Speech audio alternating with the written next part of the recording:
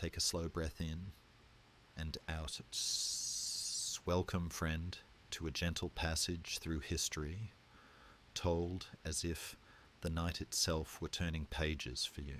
In this video, you'll be carried across quiet waters and soft fields to 20 moments when Denmark's story tightened into a single heartbeat, a mill watching over Dybbøl at dawn, lanterns hooded for the crossing to Alssund, a narrow gate at Mysunde where water and will stood together, the copper roofs of Copenhagen listening to distant guns, the green-grey grammar of Kolberger Heide and Fehmarn belt, winter iron at Lund, the hinge at Nyborg, ladders whispering against Copenhagen's walls, oars slipping into Dynekilen, clay ramparts at Fredericia, the long reign of Isted, the thoughtful step back at Kolding, Lutter's hard humility, Kalmar's patient stones, and the modern thunder near the red cliff of Heligoland, before we end in summer light over the hedgerows of Køge,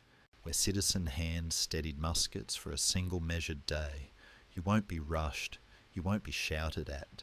This is a slow, steady telling, made for late hours and calm rooms, descriptions that move like moonlight across water, a voice that favours images over noise, ropes creaking softly, dew on hedges, the careful weight of a plank set where a boot will land in 4 seconds' time. We'll keep the scale human, farmers and carpenters, pilots and powder boys, chaplains with short blessings, sergeants who speak in shoulders and breath, so every larger event feels as close as a warm cup in your hands. And as we travel, we'll notice the quieter kinds of courage, keeping a doorway through winter, keeping a law on water where wind forgets, keeping a lane in the rain until a larger field opens in sun. If you're settling down for sleep, let this be your lantern. If you're tidying a room, making tea or travelling by night, let the cadence carry you. Between scenes, I'll leave small open images for your mind to rest on. A white mill in morning haze, a ribbon of fjord holding its breath, church bells counting an ordinary hour after an extraordinary day. The goal isn't to dazzle, it's to soothe, to help your thoughts fold neatly like maps after a journey well made. Before we drift onward, I'd love to know, where are you listening from tonight, and what time is it where you are? Share it in the comments so this quiet circle can feel a little closer. Copenhagen at midnight, Hanoi at dawn, New York in the blue hour, a small village somewhere between fields and sea. There's a special comfort in knowing these stories travel across time zones, meeting you exactly where you are. If this kind of storytelling feels right, if the soft pace, the historical care, and the sleep-friendly tone bring you a bit of peace, please tap the like button so the algorithm knows to light the path for others who need a gentle companion. And if you'd like more nights like this, subscribe to the entire history. It helps us return episode after episode with new journeys told in the same calm, steadfast voice. Ancient roads walked slowly, rivers crossed at dawn, cities introduced by their bells. You can even ring the notification bell softly, as one might close a door without waking the house. All set? Let your shoulders drop. Let the room settle. Imagine the first page turning, quiet as a tide, and the map of Denmark appearing in lantern glow, belts and islands, shoals that taught captains to listen, fields that remember footsteps longer than ink. We'll begin at a ridge where a mill watches, we'll end where parish bells ring for presence more than triumph. Between those two notes stretches a country's patience and a listener's peace. Take another slow breath. When you're ready, follow the voice into the night and let history do what it does best when told gently. Keep you company until sleep arrives. Part 1, Dybbøl, 1864. In this first quiet chapter, listeners arrive at Dybbøl as if stepping onto damp grass before dawn, the mist lifting in pale veils. He stands, or perhaps a whole people stands, behind earthworks that look like low sleeping hills. Schleswig's spring is slow and grey. The wind carries brackish scents from the fjord and a thrum like distant hooves, though it is not cavalry, but batteries being readied in the half-light. This part tells of Dybbøl, a ridge, a line of forts scooped from sand and clay, and the wish that they might hold when everything else has slipped away. Before this moment there had been Dynekilen, that old wall sown into the soil of memory, abandoned under winter skies. And now the soldiers of a modest kingdom, coats buttoned against a sour breeze, return to the basic truth of defence: spade, plank, and courage, measured quietly in the throat. They wanted, very simply, to keep a corner of the world called home. That desire, so unadorned it hardly needs a flag, moved along the parapets like a whispered prayer. Boys from islands, whose names float like birdsong, men from Copenhagen streets that smell of tar and rye bread, officers who have studied maps until the rivers look like blue scars, each carried a version of the same wish. Let this line be enough. Let the guns behind them speak loudly enough that their mothers will not hear the other guns, the ones across the field. He, the archetypal defender, not one man, but many, imagined afterwards, stepping through a doorway, unbuckling mud-stiff leather, setting the musket aside. He imagined the mill still turning on the hill, and the cattle led to water, as if April had never learned the language of shells. Yet inside the line, in the quiet between blasts, doubts pressed like cold fingers. The redoubts were not finished. Not really.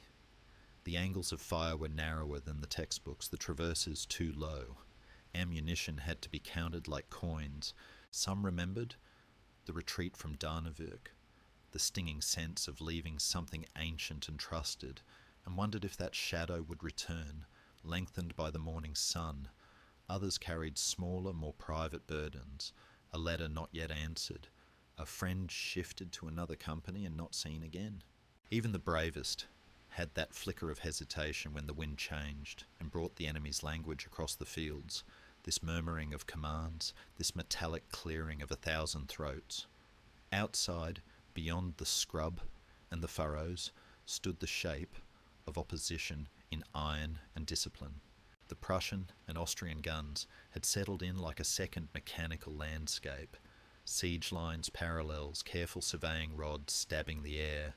Carriages creaked, fuses whispered, and a flock of black-coated staff officers moved from hillock to hillock, cool as crows counting the furrows. Weather, too, stood against the ridge, the kind of damp that slugs powder, the kind of haze that hides a limber until the first shot is already on its way. Railways and telegraphs stitched the enemy to their magazines, to Berlin, to Vienna. The Danes had courage and coastline, but the calculus of the century had new numbers in it, and they were difficult to recite while shivering behind a parapet. Still, there were small graces, sources of steadiness that cup a flame against the gust. Engineers who knew the grain of timber and the patience of clay, non-commissioned officers whose voices could smooth panic into breathing, chaplains who walked the line not to speak of thunder but of bread. The Dybbøl mill itself, white against the smudged sky, became a kind of companion, turning when it could, standing when it could not. An old wooden spine against which men seemed straighter. Letters came up from the rear with curls of familiar handwriting. Someone mixed coffee as if this were any morning. A fiddler, it was said, tuned 3 strings and could not find the 4th, and laughed, and that shared laugh travelled further than any order of the day. Then the long, low drum of artillery began to climb. In the early weeks it was a pattern, shells probing, sappers inching. But on the 18th of April, it gathered itself into a heavy continuous speech. The forts were numbered. Those numbers, meant for clarity, now felt like a cold inventory of places where air turned sharp and soil leapt like startled fish. Earth shook and lifted and settled again. Gabions burst like wicker fruit. The lip of the parapet seemed to melt and re-harden under the hammering. He crouched, stood, fired, swabbed, and the cycle narrowed until it felt like breathing, in with dirt and smoke, out with grit and prayer. Toward midday, the far field began to ripple, grey lines moving at a measured pace, officers' swords not flashing but steady, bayonets smouldering like a low constellation. Assault came as a change in temperature. The air itself felt leaner. Signals rose, the guns shifted to a rolling thunder that walked ahead of the infantry and then stepped aside. Ladders touched the scarred face of the works. Muskets barked in short, shocked barks. The world shrank to hands and boards and the hot, strange intimacy of a struggle measured in feet, not miles. A standard went down and down again, and time lost its edges, seconds like long rooms.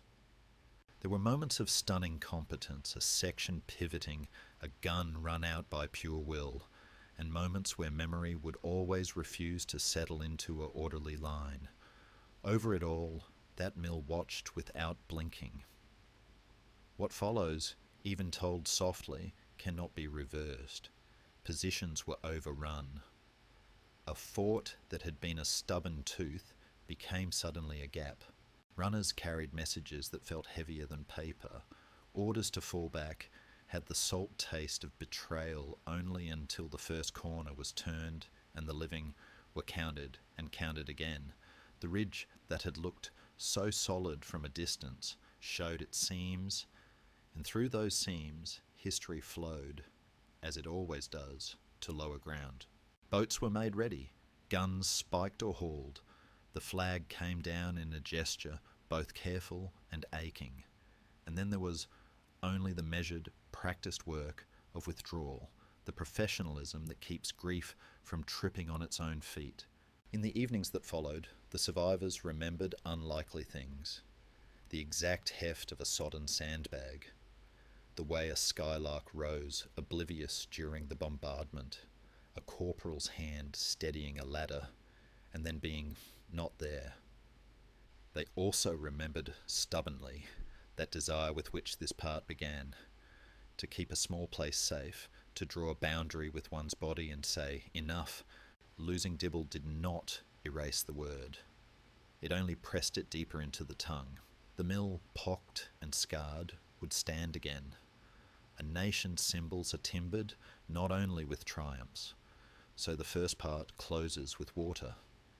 He stands at a shoreline that smells of eelgrass and iron, watching craft slip out toward a darker smudge, the island of owls.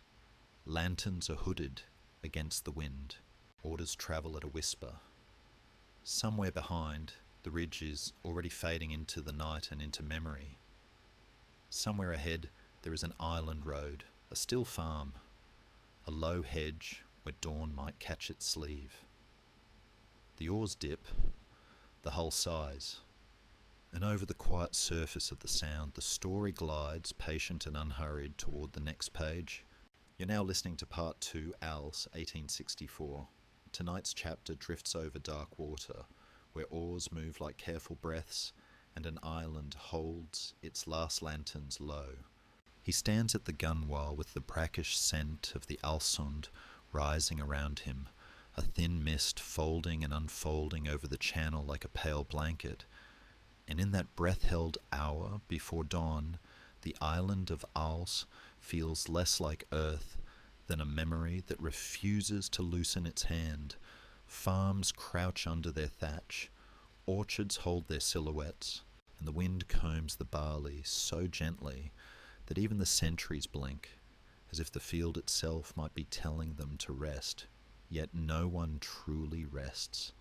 The day after Dybbøl has left its thrum in the bones, and men who have carried sandbags and hope in equal measure now carry a quieter thing, the need to keep this strip of ground until someone merciful says, enough. On the shore behind them, lamps are hooded, signals are spoken more with fingertips than with tongues, and a low murmur passes along the defences near Nyborg. Check the fuses, count the cartridges, set the pickets where the hedge thins, because if the mainland has slipped away, perhaps the island can still be a small stubborn sentence at the end of a long paragraph. They want, with a simplicity that does not ask permission from history, to hold an island whose fields smell of apples in September and kelp in March, to see someday soon smoke rise from the farmhouse stoves and not from batteries, to hear the creak of a wagon rather than the careful scrape of a scaling ladder. Officers sketch arcs in the air with gloved fingers, NCOs steady hands and breathing. A chaplain's shadow pauses by a gun and then moves on without a word, as if blessing the timber itself. But inside the chest, where the heart is a quiet drum, doubts tap their small sticks. The guns are fewer, the parapets patched with reeds and wishful boards, and the water that protects also invites, because water carries what it is told to carry, even soldiers. Across that breathing channel, the opposition has turned night into a tool. On the far bank, the Prussian preparations knit themselves with the same cold patience that had crept up to Dybbøl. Pontoons ready to kiss the current, boats with their oars wrapped in cloth, small columns coiled in the dark like grey ropes waiting to be flung. Engineers count the width, staff officers gauge wind and tide, watchmen listen not to music but to rhythm. How many strokes to cross? How many heartbeats between signal and surge? The weather, an old ally of no one, lends a gentle haze that blurs shapes without muffling sound. Even the moon seems undecided, peering and then hiding, as if etiquette requires it to look away. A telegraph's thin nerve hums far behind the lines, drawing decisions from rooms where maps are spread and coffee is strong. Here at the edge, the calculus is more primitive, distance, breath, and the weight of a man's body when he climbs into a boat. The defenders sense it like the pressure before rain, the way a field grows still, the way a dog lifts its head. Nothing moves, and everything is already in motion. There are helps too, small and human, cupped around the candle flame of resolve. An islander who knows the slur of mud in one cove warns a lieutenant where the footing fails. A veteran gunner teaches a boy how to listen for the different vowels of incoming fire, shell, shrapnel, solid shot, and the boy nods gravely as if he is being taught a hymn. A carpenter turns broken planks into revetments, then leans his cheek against the cool wood like a father. A runner returns with a pouch of cartridges and a loaf of coarse bread, both equally welcomed. Even the distant bell from a cowshed, stirred by some mild accident of wind, sounds briefly like a promise that morning is still a thing that happens. Yet the island's very tenderness becomes the hardest part to defend.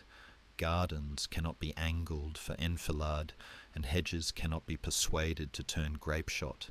The inner struggle, the quiet arithmetic of short rations and long expectations, scuffs at morale until boots feel heavier than they are. A man remembers Danevik and feels in his ribs the hollow made by leaving. He fears that hollowness could widen here, over water. Assault arrives without bravado, like a decision already made elsewhere. First there is only an irregular stitching, the wet hush of many oars, the soft tap of a boat's nose finding another boat's stern. A flare would be too much light Instead, signals pass as a sigh through the ranks, and the channel fills with purposeful shadows. At an appointed breath, the artillery speaks, not the grand theatre of day bombardment, but a narrowed, intimate thunder that reaches across the water and touches parapets, embrasures, and thoughts. The Danish guns answer in brief, well-aimed sentences, and for a moment the opposing languages of iron seem almost conversational. "Here is my range," says one. "Here is my reply," says the other. Then ladders appear, like spare ribs, against the island's flank. The first boots slap mud, slip, recover. Officers' swords are not for flashing now, but for pointing, a geometry of motion traced in quick, stern arcs. The defenders fire by feel as much as by sight. Muzzle flashes fold and unfold like small bright flowers battling the dew. And between shots men hear the oddest domestic sounds, the cluck of a hen startled in a byre, the clatter of a pail that had been left thoughtlessly by a door, the breath of a cow. Islands keep their habits, even under war. Within the works, courage performs its unrecorded labours. A gun crew, short-handed, runs a piece out with a rhythm learned on farms. Heave, set, breathe. A corporal who has never spoken loudly becomes a bell and gathers a wavering file into a straight line. Two friends exchange a glance that says, "We will both be here on the other side of this minute," and believe themselves for just long enough. They countercharge along a ditch that fills as quickly with smoke as with men. There is a lunge, a shout, a sudden nearness of another human face, where a face has no right to be, and the ancient puzzle of battle, how close two strangers must come to end each other, solves itself with a dull finality. Somewhere a reserve moves too slowly. Somewhere a path is longer in darkness than on the map. Boats multiply like thoughts. Footholds become thresholds. The island begins, in spite of all loving intention, to feel like a house being entered by many doors at once. The crest of it, the part that cannot be retold without the air tightening, comes when positions that were meant to support each other fall silent in a stuttering cadence. One gun seizes. Another is masked by smoke.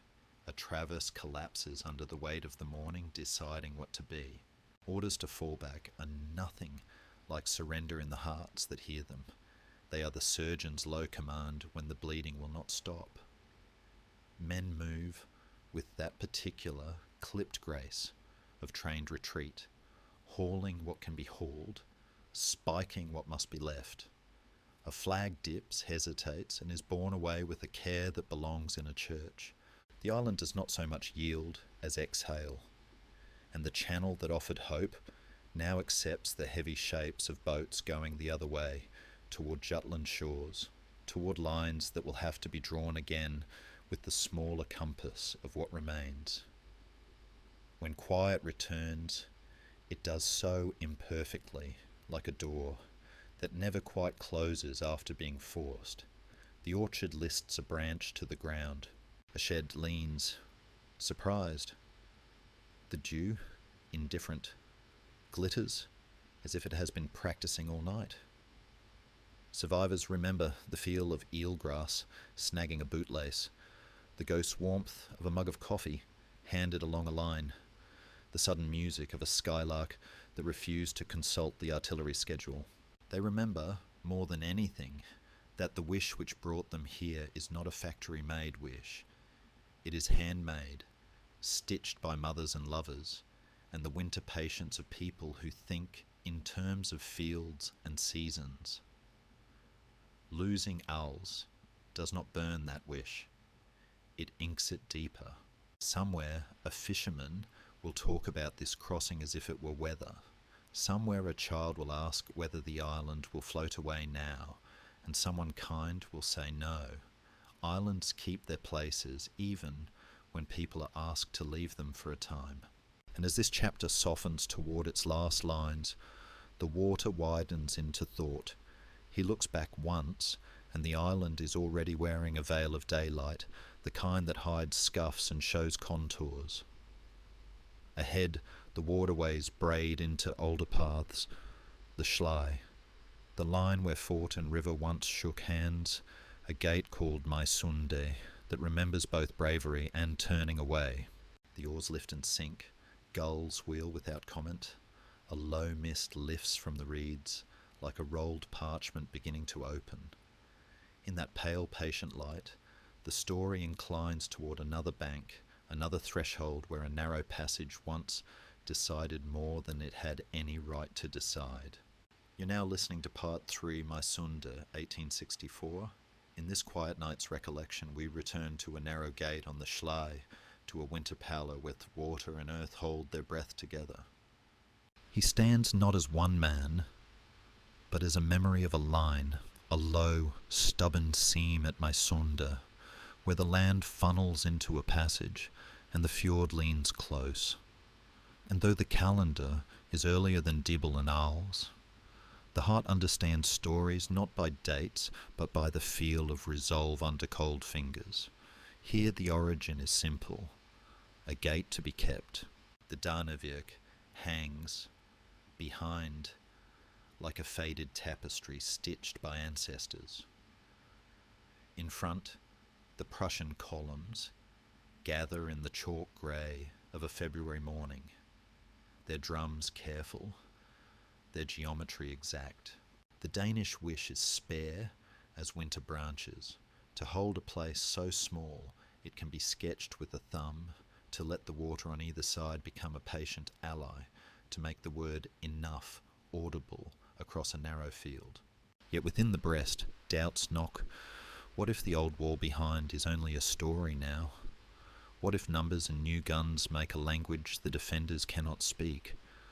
What if retreat is already coiled in the day, like a snake asleep under straw?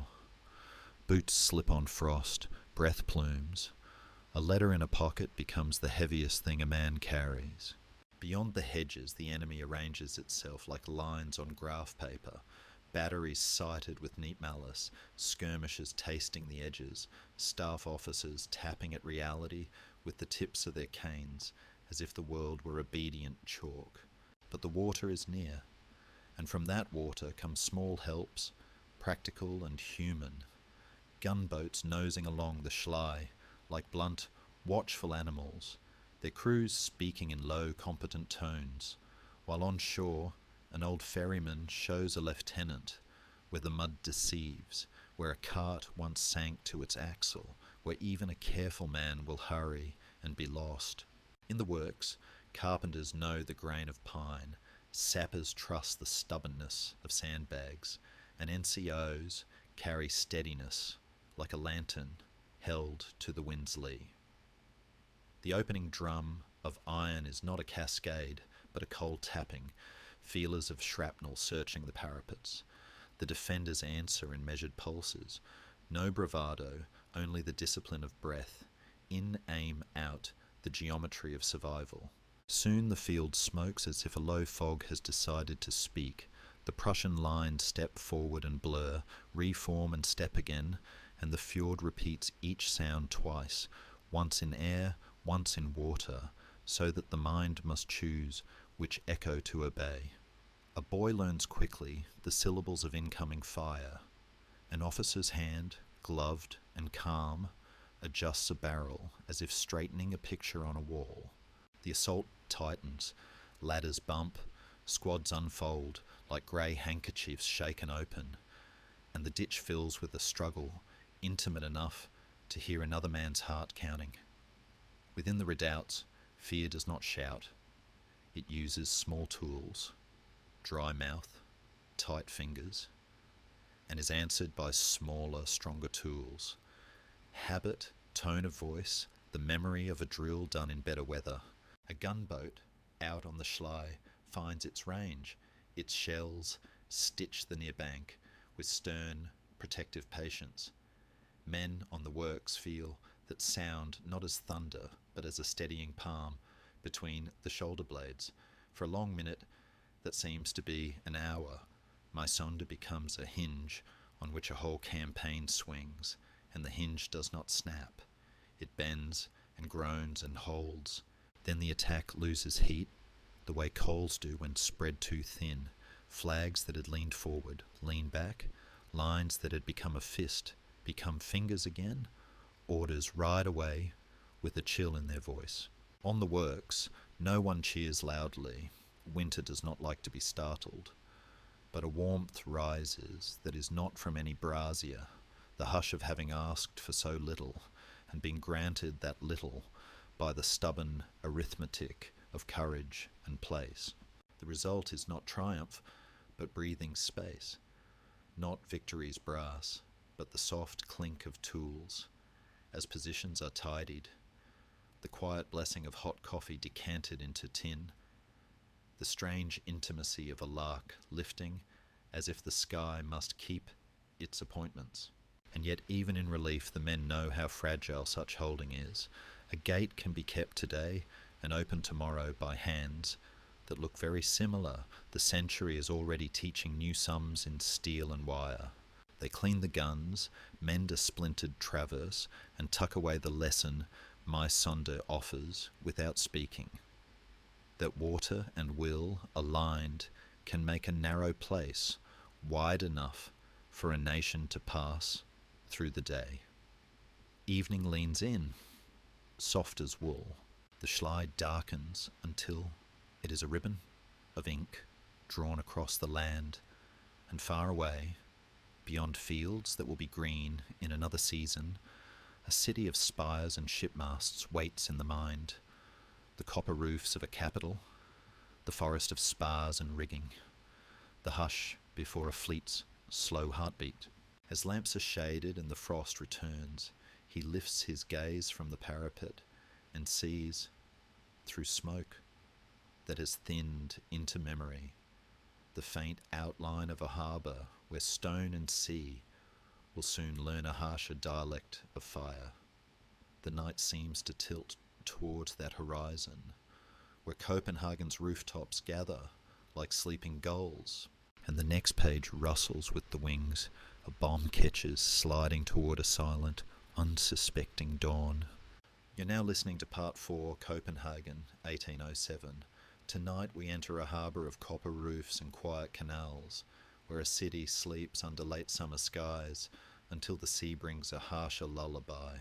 He arrives not as a single figure, but as the gathered memory of a capital, the creak of quay timbers, the faint tar sweetness of rigging, the clocks of churches that keep time for bakers and shipwrights, while out beyond the sound silhouettes harden against the light, ships not come to trade but to insist. The beginning is simple, almost domestic. Stores of grain in warehouses, gun carriages under canvas, masts tied down against a sudden squall, mothers rinsing steps, apprentices chalking tallies on slate. Copenhagen wants nothing exotic from the morning. It wants to be left to the ordinary prosperity of a maritime city, fish silvering the markets, rope laid true, ships built straight, a quiet pride in the fleet, anchored at rest. This is the wish at the city's heart, to keep its harbour as a cradle, not a trap. Yet beneath that modest desire lies an old anxiety, retied like rope. What happens when great empires quarrel, and a small kingdom stands between them like a sandbar between tides? Doubts steal in first as rumour, then as evidence. A British armament larger than any neighbourly visit, an ultimatum couched in the language of necessity, a fear that if Denmark will not hand over its fleet, others will take it by iron logic, the kind of logic that measures safety by how many enemy masts are neutralised before winter. In council rooms, the air grows close with maps and caution. In courtyards, soldiers drill with a seriousness that sounds like iron tapping iron. The city's private hesitations multiply. Are the walls strong enough? Are the guns well served? Is neutrality a cloak that the wind can simply lift away? A clerk running messages feels the unease, like grit in a boot. An officer knows he must tell men to stand where masonry will someday be listed in ledgers of damage and repair. Even the water seems ambivalent, offering both the comfort of familiar channels and a broad, flat approach for bomb catchers that only need time and geometry to find their work. The shape of what stands against the city materializes with maritime patience. Anchors dropped, boats lowered, lines squared, crews move in practice lattices, admirals consult by boat and lantern. The British intent, shaped by fear that Napoleon's long arm might one day reach the Danish fleet, grows into a grim resolve to remove the fleet as a factor, gently if possible, relentlessly if not. Their guns can arc fire over roofs. Their mortars can plant flame like seeds. On shore, Copenhagen's defenders gather what steadiness they can. Artillerymen who know the recoil of their pieces, as butchers know the weight of knives. Volunteers carrying buckets and hooks. A city clerk who has never prayed aloud, now folding a map and whispering the simplest words he remembers. The Navy, for all its pride, lies mostly at anchor. The question is not whether Danish sailors are brave, but whether bravery can lift a keel out of a ring of iron. And then the speaking begins. Slow, emphatic sentences of fire drawn across the sky. A bomb's arc is an education in helplessness. It rises, it pauses, as if thinking, and then it chooses an address. The first blossoms of impact are modest, tiles, glass, a flurry of startled pigeons, but night teaches the shells to speak more fluently. Warehouses turn hollow-bellied. Courtyards find sudden stars lodged in their corners. Streets become corridors of embered air. The defenders answer where they can. Batteries along the approaches trading blows with a fleet that keeps its distance like a schoolmaster, strict and practiced. Within the city, the labour is quieter and more intimate than war's usual pageantry. Bucket lines that glow in the orange light like beads, ladders stepped delicately between sparks, hands blackened by smoke, finding the clean, small faces of children and steering them into safer rooms. The bell ropes grow hot. The canal water steams. A woman in a doorway wraps her shawl around a neighbour's baby without commentary, because there is no commentary to make when masonry falls like rain. Courage, here, finds prosaic tools. A baker's cart becomes an ambulance. A well that always tasted of iron becomes a beloved spring. Fire watchers learn the moods of drafts as if they were animals, cinders that leap when a door opens, flames that lie down briefly when a gust comes from the harbour. An old naval carpenter, hands like a map of work, pats a beam of a house and says, "Hold," as if he can ask timber to behave like a friend. Some batteries do their part with stiff correct anger, sending heavy replies to silhouettes that remain aloof.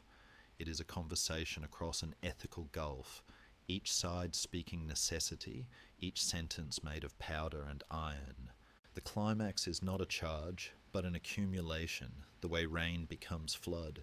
By the third night, the city feels caught inside a bell, being struck over and over, the air itself vibrating with the insistence that even neutrality has weight limits. There are moments when the rhythm bends favourably. A magazine does not go up because a door holds. A church roof sloughs sparks like a wet dog. A square that had rung with panic softens into a purposeful hush. The orderly chaos of water passed hand to hand. Yet larger forces refuse to be shamed by small graces. The ultimatum returns, framed by new damage and new calculations about what can be risked tomorrow. In the rooms, where leaders measure lives against symbols, a reluctant arithmetic pushes toward surrender, to save a city's people and stones by giving up the masts and yards that once defined its maritime pride. The decision, when it comes, feels like a pulled tooth felt across a whole jaw. It is both immediate and strangely distant, as if history has walked into the room, signed its name, and left the door swinging. The aftermath is not quiet so much as emptied of argument. Flames gutter and hiss, streets are powdery with spent plaster, benches serve as stretchers, the air smells of wet hemp and lime. Those who feared that yielding the fleet would unmake the kingdom stand in doorways and count blessings that cannot be tallied on naval lists, the living, the uncollapsed, the child asleep with soot on his cheek. Those who wanted to hold longer learned to shape their valour into survival work, stacking bricks, ladling soup, writing clean copies of reports with hands that still tremble. The British begin the melancholy task they had demanded, the taking of ships from a harbour that had cradled them, in a hush more akin to a funeral than to triumph. Sailors who might have fought each other at sea now pass lines and tally stores, with a shared understanding that some necessities taste of ash, and yet even loss leaves a kind of scaffold on which futures can be built. Copenhagen's lesson settles with the ash, that a small nation set between grand designs must practice the virtue of persistence in prose, not poetry, contract by contract, key by key, a sort of maritime stoicism. The fleets will matter again another year. Commerce will knit what war unpicked. A people who know how to mend sails also know how to mend streets. As night yields to a thinner, gentler dawn, the harbour shows its bones, piles, stone, the patient geometry of docks, and he looks out across water that remembers everything and forgives nothing, and sees, as if in a ripple, an earlier battle still flickering in the city's memory. Smoke rolling low over the roads to Amager, signals that refuse to be read as caution. A one-eyed admiral leaning into history with a message that sounded like a heartbeat. The gulls circle without hierarchy. The masts stand like bare winter trees. And somewhere just beyond the line where sea light brightens, the older year beckons, the Battle of Copenhagen, 1801, waiting with its own lesson about closeness, nerve, and the stubborn grammar of a narrow channel. You're now listening to Part 5, Copenhagen, 1801. The night draws close to a narrow road of water, where ships breathe like sleeping animals, and a city waits to see whether nerve can out-talk numbers. He stands, meaning the memory of many men, on decks that smell of hemp and salt and old pine, while the Øresund lies quiet as a polished rail, and the British line turns its slow, deliberate face toward the inner channel. The beginning is small and human, a boatswain's call, clipped and clear, a kettle settling on a galley stove, a midshipman's hand trembling for an instant before it learns again to be useful. Copenhagen wishes only to keep its ships at anchor, and its choice is its own. But history has already entered the roadstead, Nelson with his squadrons, Parker with his caution, a nation of islanders, measuring another nation of mariners, with the hard arithmetic of necessity. Doubts tread the planks early. Is the outer line too thin? Are the hulks properly moored? Will the shoals protect or betray? Can the guns of Treckrona and the floating batteries write a sentence stout enough to be read through smoke? Will the Dannebrog at anchor behave like courage or like tinder? Far off bells ring for ordinary reasons. Here the hour gathers itself for harsher music. The antagonist is not malice but method. Ships carrying gunnery drilled until it feels like breathing. Captains who can read the wind as if it were a text they help to compose. Yet there are helps that fit snugly into the palm. Pilots who know where the sound is, only a skin over sand. Gunners who can set elevation by feel. The old guardianship of reefs and shallows that have a local accent. The British slip inside the outer Prudence, turning left toward the anchored Danish line. The sun lifts pale and impartial, and then the guns begin to speak in pairs and triplets, a conversation in iron that refuses metaphor. A ship grounds, another slews, but most find their places with the sailors' stubborn patience. The channel narrows until choices become gestures. Luff, anchor, spring, heave round, run out, fire. The Danes, lashed to their moorings, answer with a steadiness that feels older than the century. Work done against recoil, against fear's dry mouth, against the wandering of thought. Smoke presses down like a low ceiling. Voices grow intimate shoulder to shoulder, words reduced to the language of tools. Sponge, worm, round, now, again. Somewhere along the anchored line, a ship named for the nation carries more fire than wood can long forgive. She smoulders into a brightness no victory deserves to witness, and men leap into a water briefly speckled with flame. Ash drifts like soft snow. A priest's voice is lost and found in the wind. On the British side, good intentions and practiced aggression tangle. Flags speak, and one famous eye declines to read. An old theatre gesture that here feels less like swagger than a plea to let nerve do the work of luck. The battle climbs its slope carefully, then suddenly, then not at all. Moments slip into one another until time holds its breath. A cutter crosses with orders and does not return. A captain leans with his ship and becomes, for that second, another timber in the frame. Midday arrives thin and uncelebratory.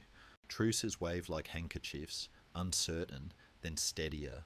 Boats pull between lines that still twitch with readiness, carrying words heavier than shot. The result is not conquest in any singing sense. It is an extraction of promises and a lowering of flags, accomplished in a hush that recognizes the closeness of skill on both sides. Copenhagen learns again the bruising virtue of compromise. Ships yielded or silenced, so that the city might breathe tomorrow. A small nation's calculus set out where the sound can read it. Debris drifts, then settles. Ropes fall silent. The air loses its iron taste and begins to remember tar. Men who have shouted all morning speak softly, as if their throats have become churches.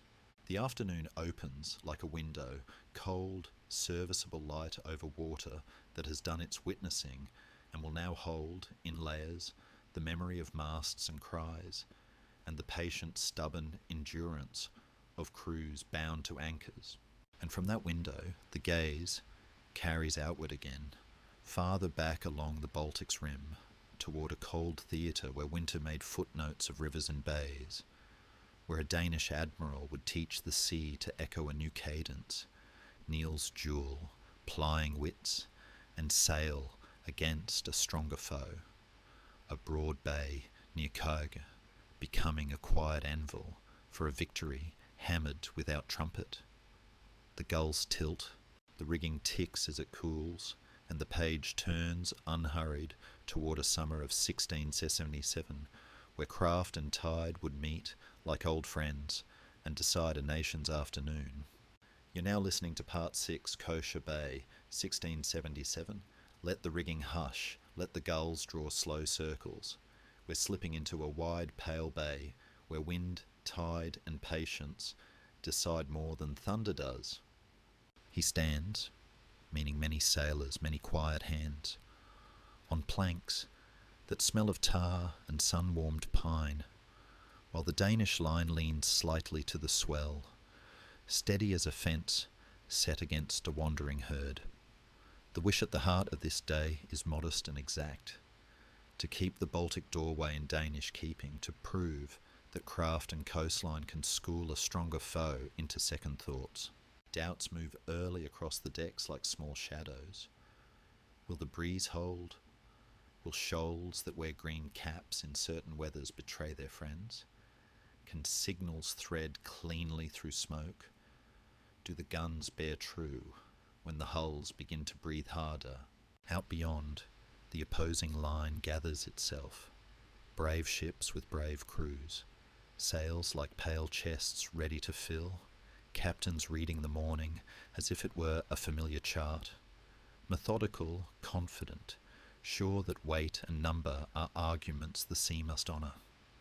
And yet the bay has a memory, and the men who keep it have listened to that memory in winter calms and summer squalls. They know the long slant reach of the shoals. They know how the afternoon light turns soundings treacherous or kind. They know when to borrow the lee of the land, as if they were leaning into a friend's shoulder. Helps arrive in the ordinary forms that war sometimes forgets to praise. Pilots with hands as steady as chapel wood, quartermasters who count cables by feel, gunners who set elevation by the way their bones recognise recoil, carpenters who can hear a seam's worry before it leaks. Signals creep up and down the masts like patient ivy. No shouting, only the grammar of flags and the measured answer of helms. Anchors go by the run and then are held with springs, so a ship may point her will without moving her feet. It is a kind of anchored dancing, this readiness, the fleet deciding where to fight before the fight decides for it. The adversary comes on, sails taking the light until the water seems set with glass. They mean to break the line, to make argument of iron and grape shot, to use breeze and broadside until geometry yields.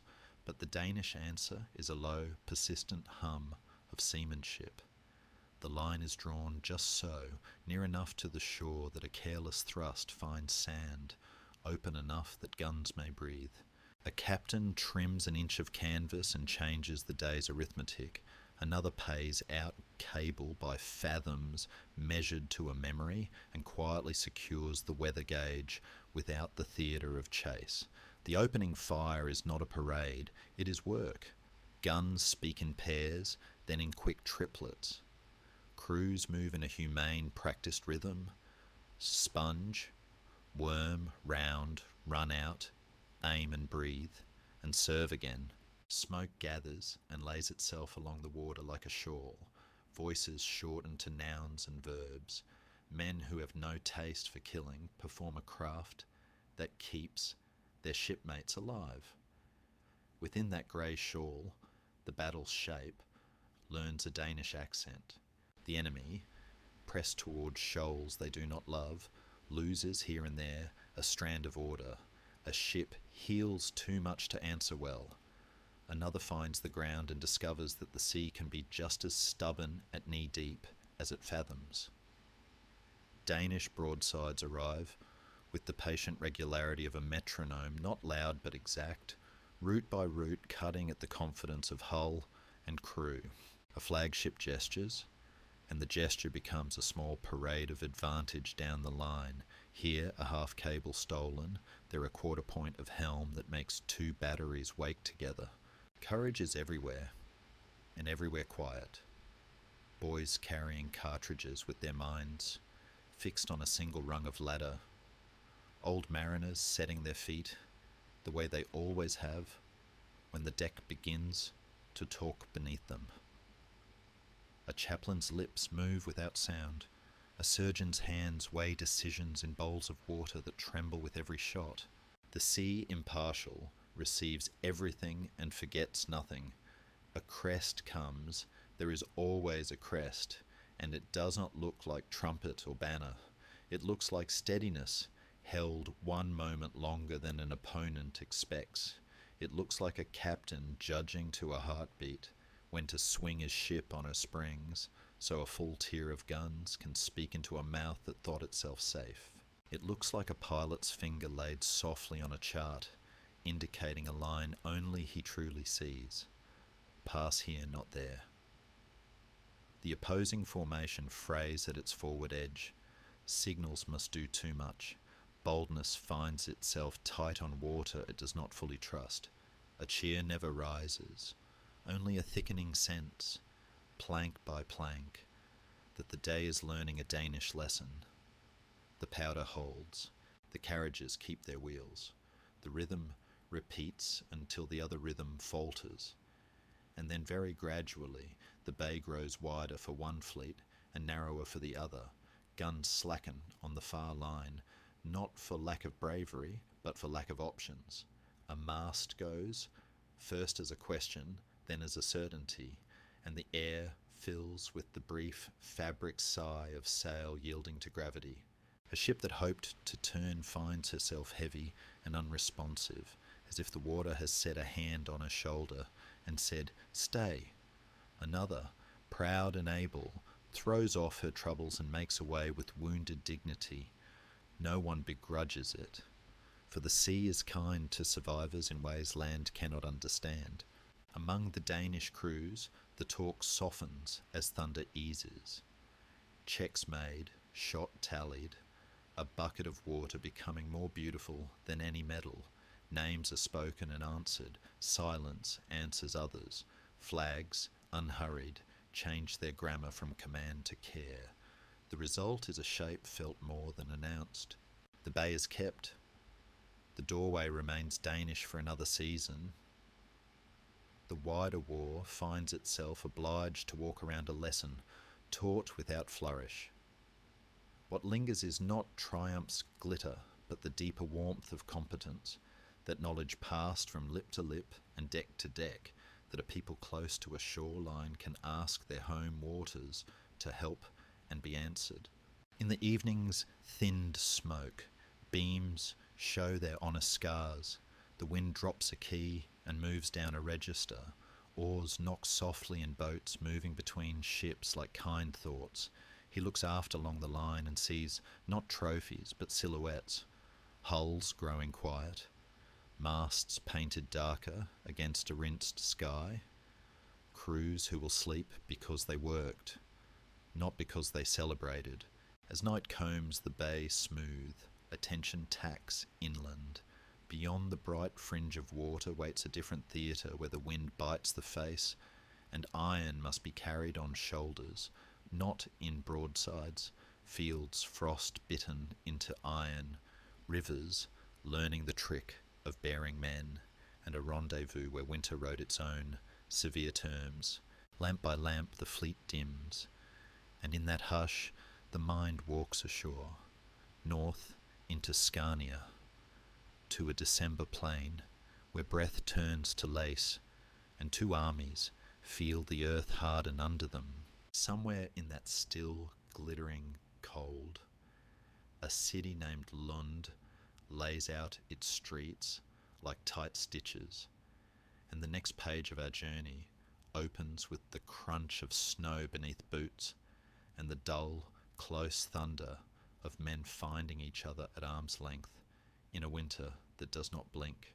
You're now listening to Part 7, Lund, 1676. We step onto a plain of iron winter where breath turns to lace and each footfall answers with a brittle, crystalline note. He stands, not a single soldier, but the gathered shape of an army, on frost stiff ground north of Lund, in that hour before daylight chooses a colour, and the wish in their chests is simple as a cupped flame, to hold Scania's seam, to turn cold and courage into a sheltering wall. The snow has a faint crust that complains under boots. The Kavlinga River lies somewhere in the grey, pared thin by December. Low hedges appear and vanish like half-remembered lines in a psalm. Denmark's ranks breathe steadily, steam coiling from mouths and horse nostrils. They think of villages where lamps already burn low, and of fields that sleep honestly under winter, and their desire is to make this day a hinge that swings toward home. Yet doubts move early with the wind. The frost is friend and traitor, promising sure footing until it shatters. Powder clumps, fingers argue with flint, and the opposing host, the Swedes, knit hard by their young king's resolve, waits in its own pale hush, geometry already written on the land. Staff officers draw narrow maps with gloved fingertips. Messengers blink against needles of ice.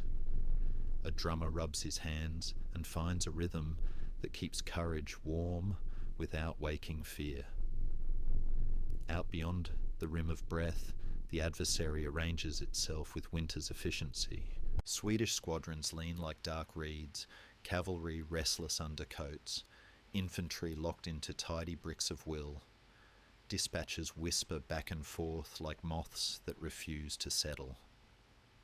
There is no malice in the morning, only decision, the kind that strips ornament away. The Danes feel their inner weather shift. Memories of last year's bays and batteries are replaced by this quiet field where artillery's tongue must share space with steel. They wonder if anchors and springs have an equivalent in snow. But helps arrive, ordinary and saving. Old sergeants who can stand still without growing cold. Farriers whose hands make small miracles with stiff leather. Quartermasters who know which barrels haven't lied about being dry. A priest who will not scold the sky, but speaks softly of bread. The line is dressed, the files are counted, and the small, bright understanding passes along the ranks that winter battles are not won by thunder, but by persistence, measured one bitter breath at a time. The first shots are almost polite, testing phrases across the white little stings of powder that draw no blood from the day itself. Then the range tightens. The wind drops as if to listen, and fire takes on the low, repetitive cadence of work. Infantry trade volleys that sound like heavy carpets beaten in a courtyard. Cavalry edges forward, hooves finding the one truthful patch in every 10 steps. Guns bark in stubborn pairs. An orchard shivers and lets fall a sleeve of ice, as if applauding no one. The inner struggle grows close. Numb feet, slow locks, the mind's dangerous wish to wander toward kitchens and hearths. Officers pass among companies, not with speeches, but with the touch of a sleeve, a nod that turns men from drifting. The Swedes press where the ground hardens. The Danes answer where hedges give them narrow teeth. It is not a dance. No one in this cold will use that word, but there is a choreography all the same, traced by fatigue and taught by the land. Incline, refuse, step in, stand. Cavalry meets cavalry in a churn of hoarfrost and breath, sabres muted by mufflers, pistols loud as doors slammed in a quiet house. For a blink, the field is a tapestry in motion. Blue and white and smoke-grey shapes weaving, fraying, nodding again. A squadron that looked so sure 5 heartbeats ago suddenly rides through air where it expected ground. Another, thought spent, finds new legs under a captain whose voice remembers summer. On the flanks, small ditches become deep as canyons, and men discover the old intimacy of battle, faces nearer than the stories ever permit. The strange, almost affectionate detail of a foe's eyelash rhymed with frost just before the world chooses ruthlessness. The Kevlinger, thin but stubborn, edits manoeuvres with a single cool sentence. A bridge claims more attention than any banner. Somewhere in the mid-line, a standard dips is caught, dips again. Hands that have learned to be tired refuse the lesson and lift. There are helps that do not carry rank.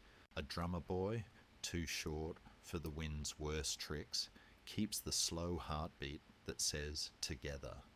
A cart driver wedges his wheels just so and turns his small square of ground into a hinge.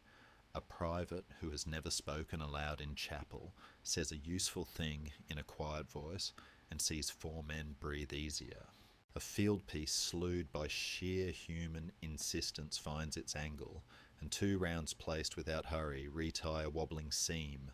Fear, when it arrives, is granular, domestic, wet powder, stiff buckles, the terrible luxury of looking away for one blink too long, and is answered by other small domestics, a glove forced over a hand by a friend, a flask passed once and then put away, the clean imperative of a sergeant's eyes.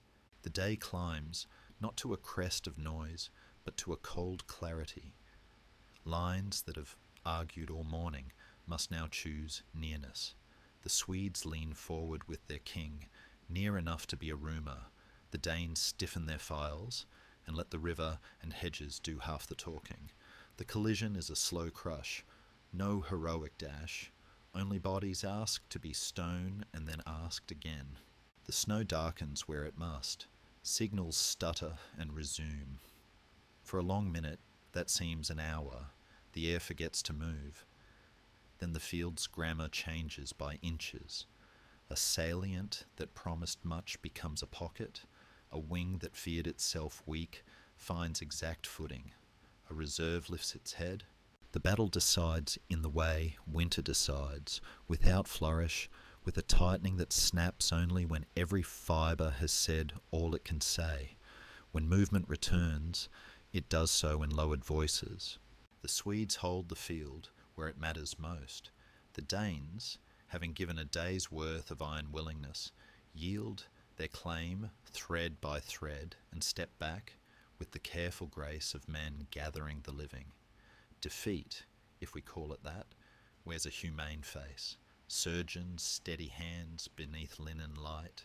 Officers count and count. Chaplains close eyes. No sermon has ever fully prepared them to close. And yet the wish that lit the morning does not go out. It exhausts itself into a banked ember that will travel, carried in carts, in the hollow of helmets, in the deep pockets of resolve, to other shores and other arrangements of ground. Scania's lesson, how winter lends courage its own austerity, will not be mislaid. Evening lowers its veil, gentle despite what it has witnessed. The plain regains its colourless honesty. Hooves stop talking. A last volley echoes and then becomes part of the weather. He, meaning the memory of all who stood, looks south and west, where ice loosens its grip on salt water, where islands sit like folded coats upon a bench. There beyond this tight-lipped land, the Baltic draws threads into a braid of straits and belts. There on Finn, a town called Nyborg holds streets that know the sound of boots and the bright, hard answer of counterstroke. Lamps begin to stipple the distance. A gull lifts from the frozen stubble and turns toward darker water. And in that slow, blue hour when frost and smoke look like the same shore, the story gathers itself quietly for a crossing to an island where banners will tilt into wind and a winter's grief will look for a way to become resolve. You're now listening to Part 8, Nyborg, 1659. We step onto the island of Finn, where hedgerows smell faintly of salt and winter apples, and a small harbour town steadies itself for a turning of the tide. He stands, not one soldier, but the gathered breath of a coalition, along damp lanes that run toward Nyborg's walls, the ground spongy with recent rain, the air tasting of brine and wood smoke. The origin of this part is humble.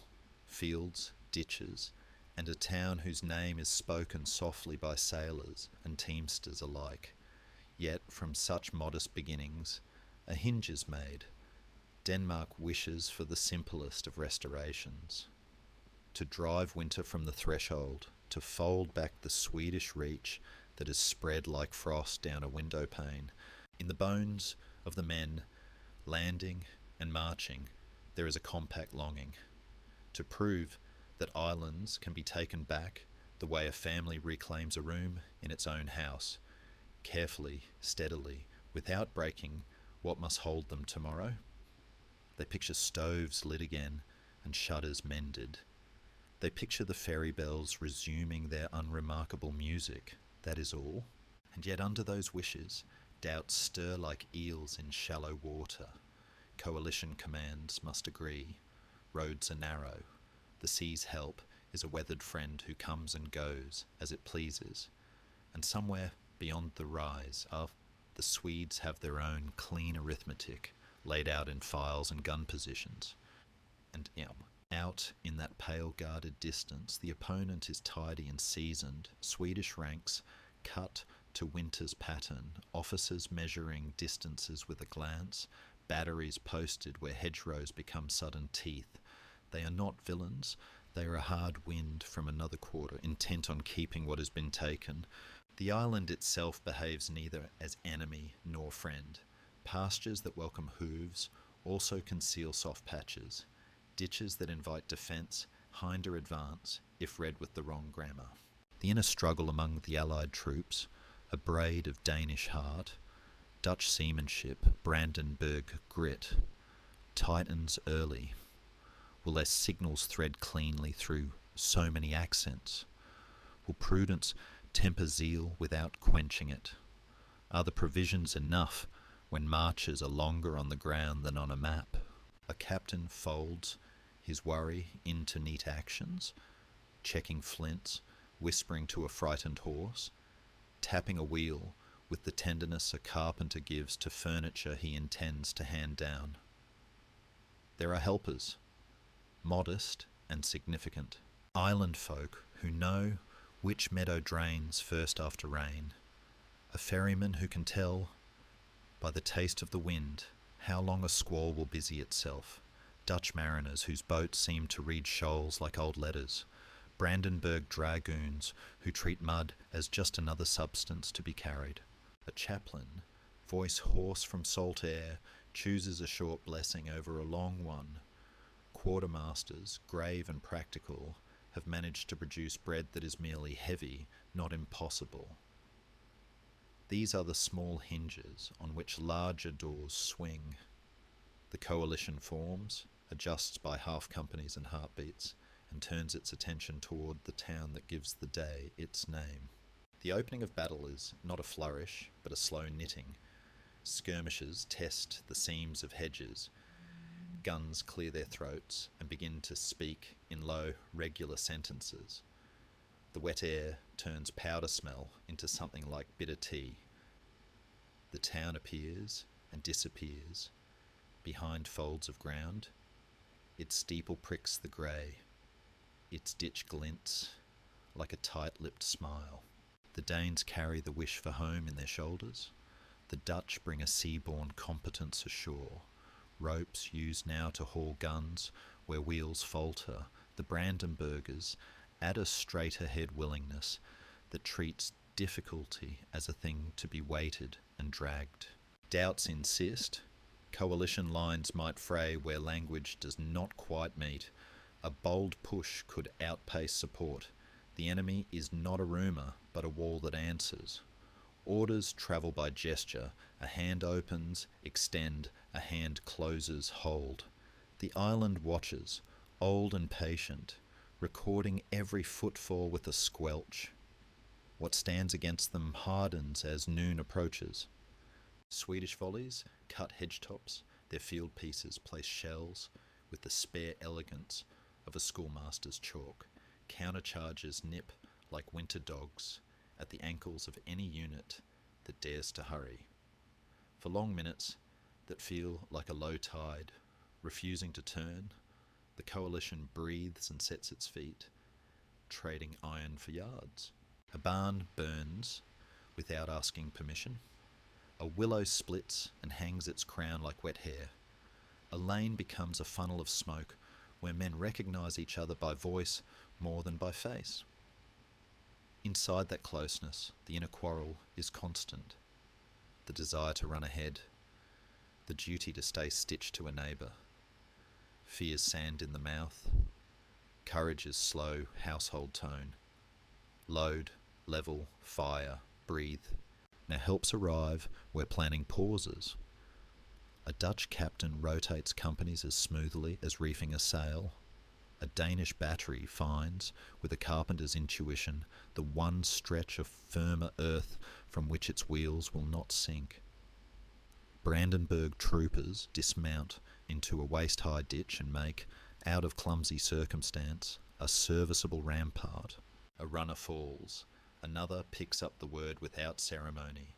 A drummer chooses the slow stroke that says we are still a body, even when the body must bend. Somewhere along the hedgerow, a standard leans forward, and the line refuses to let it tip. Hands it will never meet again hold it up together. The battle's temperature climbs without theatrics, only the long, low press of men and will. The crest, when it comes, is almost shy. A coordinated shove unzips a section of defence. A crossroads, muddy, unimpressive, becomes a key slipped into a lock. A battery labouring on a knoll finally finds the angle that speaks directly into the Swedish centre. Resistance folds not in disgrace but in exhaustion. The Swedes, who have given the island a stern education, begin to step back in the correct, careful way of good troops. Pockets of fight continue like embers in a windbreak and then go dark, not in surrender so much as in acceptance that the day has chosen an author. The coalition collects breath, gathers the scattered, and discovers that the rumour on which it marched, Nyborg can be retaken, has turned into a fact steady enough to lean on. After, the light seems cleaner. Townsfolk appear as if conjured by the smell of cooling iron. Doors open onto courtyards full of relieved untidiness. A well gives back its familiar slap and echo. The victors speak softly because triumph near houses sounds impolite. Surgeons fold linen with reverence. Officers write, chaplains listen. The island, relieved, resumes its domestic grammar. Nets, stables, the creak of a cart, overlaying the day's harsher vocabulary without quite erasing it. The result is as much moral as military. The coalition, stubborn and diverse, has proven that Denmark's map can be redrawn toward home. The sea lanes that brought help can carry hope again. The winter that took will have to give something back. And yet no one mistakes this for an ending. Out beyond Finn, across belts and sounds that know both mercy and mischief, a capital lowers its lamps and hears the snow-stiff tread of a besieger. The Swedish ambition, pressed here, still leans against Copenhagen's walls. A storm attempted, a city that remembers how to count its stones and choose its breath. And as night slides over Nyborg, the harbour lies like dark glass. Masts make thin scratches on the first stars. Somewhere, a ferry chain knocks twice, then stills. He looks east, where the ice will thicken, and the moon will pour its white counsel over rampart and roof. In that quiet, the next page lifts like a shutter. The winter assault on Copenhagen, ladders, grapnels, the long, held breath of a city, deciding how much it can refuse. Well, you're now listening to Part 9, Assault on Copenhagen, 1659. Snow thickens the air, ladders whisper against stone, and a city holds its breath beneath a winter moon. He stands, not one defender, but the gathered will of a capital, upon the scarp where drifted snow has learned the shape of parapets, and the wish in his chest is almost domestic in its simplicity. Keep the lamps lit in the windows behind him. Keep the rooms warm. Keep the bell towers counting hours that belong to bakers and children, not to siegers. Wind comes off the Alssund with a clean blade. Ice moans far out along the roads of water. Within the walls, men and women in thick coats pass cartridges and pails as if they were loaves, while the ramparts receive a last quick straightening. Gabions shouldered in, fascines tamped, fuses checked with gloved patience. Copenhagen asks for what cities always ask when history presses close, time and the right to spend it in ordinary ways. Beneath that prayer, doubts rustle like straw. The storm could use the ice as a bridge.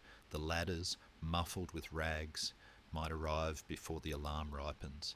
The garrison is brave but tired. Citizens are willing but new to discipline. And the enemy beyond the glacis. Swedish columns, exact in intent, has read enough winters to know how to write with them. Across the whitened field, the opposing will arranges itself with a schoolmaster's clarity. files that look like charcoal lines on a clean page, pioneers with bundles carried low, officers whose swords are not for flourish, but for pointing the knight toward walls. They do not hate the city. They mean to move a war from stalemate into statement, to step across ice and parapet and make the capital a conclusion. Weather, indifferent but conversational, favours stealth. Snow's soft grammar muffles boots.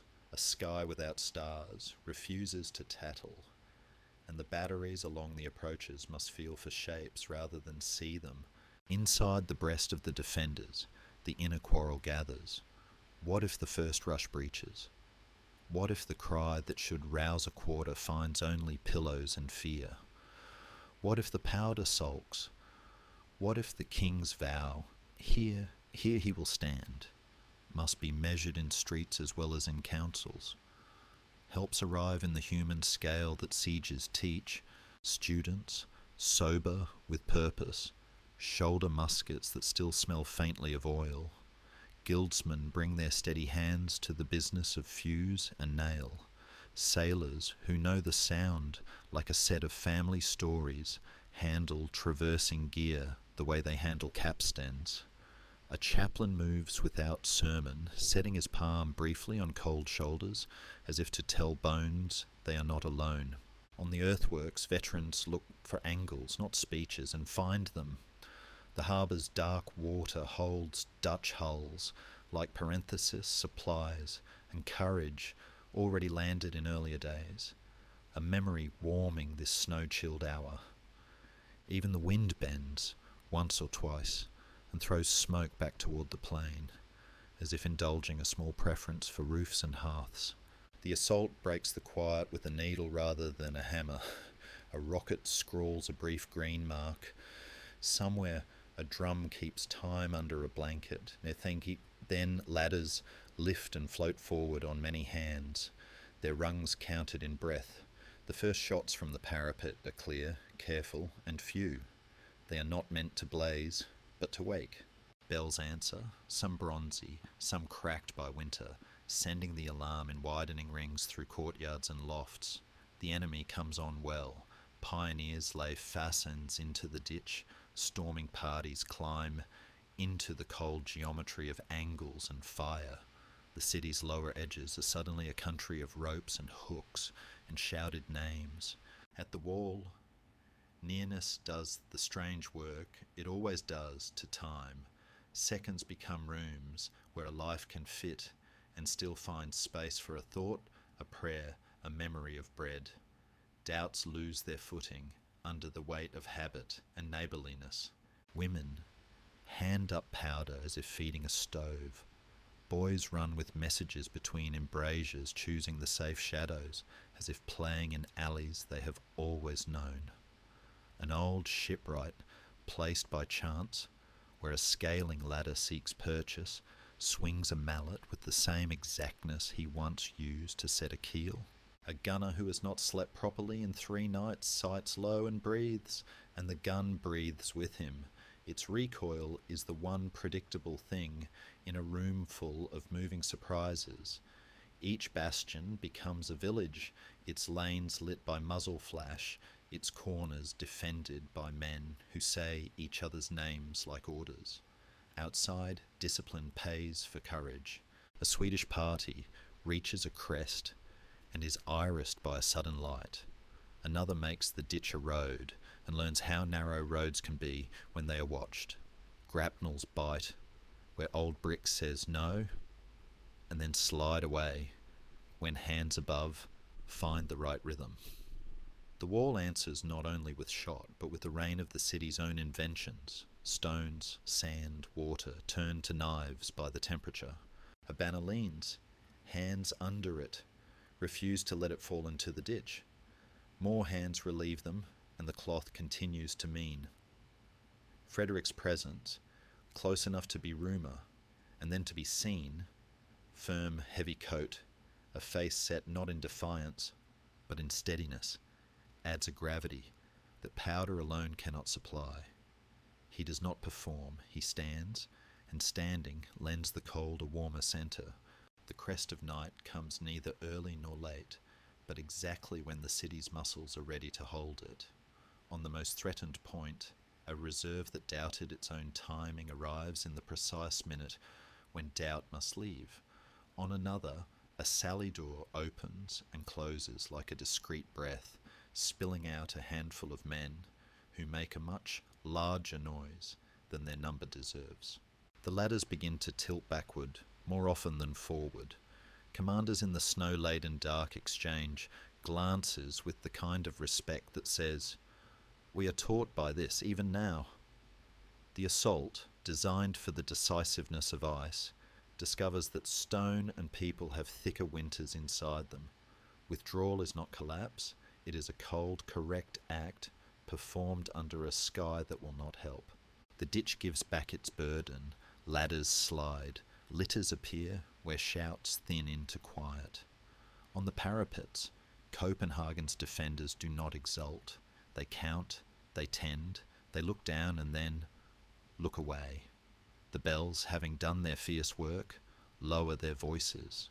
The city breathes, the long shaky exhale that follows a held breath, and in that breath a lesson settles like snow in a still hallway, that citizens, soldiers and sea can make a single body when the map forces them into one skin. Morning has the washed look of linen, hung in winter sun. Fires that were kept small all night grow modestly enough for broth. Streets show footprints that will be swept and then remembered. The king's vow, whatever words one chooses to give it, has found its architecture in people rather than proclamations. The result is not vainglory. It is permission for ordinary life to resume its humble dominion. Bakeries, menders, ledger books. Yet memory, like frost, keeps its patterns on the glass. The sound lies beyond, grey and useful, recalling other winters when Denmark's fate turned on water rather than walls. Earlier days when a broad, shallow sea demanded seamanship instead of ladders. When guns spoke from decks and shoals tipped their own counsels. As the sun lifts a little and the smoke thins into blue, he, meaning the shape of all who stood this night, lets his gaze travel out over the roadstead where gulls write pale sentences no decision can erase. Far off, the Baltic holds an older summer's echo, a day when sails filled above a low coast, when a fleet learned to use a shoreline like a second rudder, when cannon smoke lay upon green water like a patient shawl. The page turns softly in that direction, toward 1644, and a fight named for a strip of sea, Kolberger Heide, where timbers spoke, and wind and the quiet craft of pilots who could feel a shoal with the bones of their feet. You're now listening to Part 10, Kolberger Heide, 1644. Let the shoreline lie low and patient, the wind draw a slow line along the Baltic, and the water remember every keel that has ever trusted it. He stands, meaning many sailors, in the dim wash of early light off the Holstein coast, where the sea wears a thin haze, and the land keeps its counsel, and the wish that murmurs through the decks is unadorned. Keep Denmark's road open, match a stronger foe with better seamanship. Let this strip of green-grey water answer kindly to those who know its grammar. On board the Danish ships there is the domestic music of readiness, the creak of blocks, the mild complaint of rope under strain, the clink often of mugs set aside as stations are taken. Men think of harbours where children lean over quays and count gulls, of fields that meet the sea without argument. They wish quietly that after today those harbours and fields will not have to learn a new flag, yet doubts pace the planks with equal patience. The enemy comes with weight, Swedish hulls taut with confidence, gunnery as drilled as a catechism, captains whose eyes write quick sums in wind and distance. Will the breeze Hold steady. Will the shoals favour home or stranger? Will signals carry through the smoke when speech becomes iron and flame? The water here is helpful and treacherous in the same breath. Broad where it looks narrow, narrow where the charts say breadth, with sand that remembers old storms and moves its borders in the night. A pilot tests the air with his cheek. A gun captain runs his palm along a barrel as if greeting an old friend at a doorway. A chaplain says no more than a few careful words about courage being mostly habit. Even the gulls seem to circle more deliberately, as if the day must be counted rather than sung. Out beyond, the Swedish line forms with courteous menace, sails trimmed to the small advantage that multiplies into larger ones once the guns begin. Their intent is simple and stern, to press the Danish fleet off its water, to make the Baltic's midriff answer to Stockholm's will. The Danish answer is not volume, but placement. Anchors laid with thought, springs set, so that ships may speak their broadsides without spending their footing, yards trimmed to the spare geometry the coast allows. Helps arrive in ordinary clothes, quartermasters whose fingers remember the weight of a fathom, helmsmen who feel a shift in wind before the telltales confess it, carpenters who can listen to a seam and tell whether it worries. The fleet breathes together, human and timber, and the shoals lean near like quiet allies who prefer to show, not tell. The first exchanges are respectful, like professionals meeting at a line they both understand. Guns open in pairs, then in disciplined triplets. Smoke folds down, ripples, and begins to lie along the water like a patient shawl. Orders shrink to verbs: bear, heave, fire, hold. Across the swells, the enemy's salvos come. With the neatness of schooling, the Danish reply is less adorned, more local, angles stolen from shoreline, pauses chosen by tide. The inner struggle tightens on every deck, fear's dry mouth, the mind's urge to look at the trouble rather than through it. The temptation to hurry the way, unpracticed hands, hurry knots and only make them worse. Habit answers, sponges move with the rhythm of heartbeats, cartridges pass hand to hand, elevation is set by eyes that have watched waves for years. Within the haze, the battle finds its character.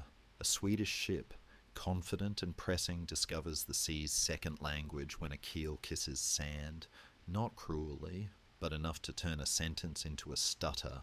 A Danish captain, who learned this coast by winter stars, pays out one more fathom on his spring and turns his broadside as if opening a window at the exact right moment to let heat out and light in.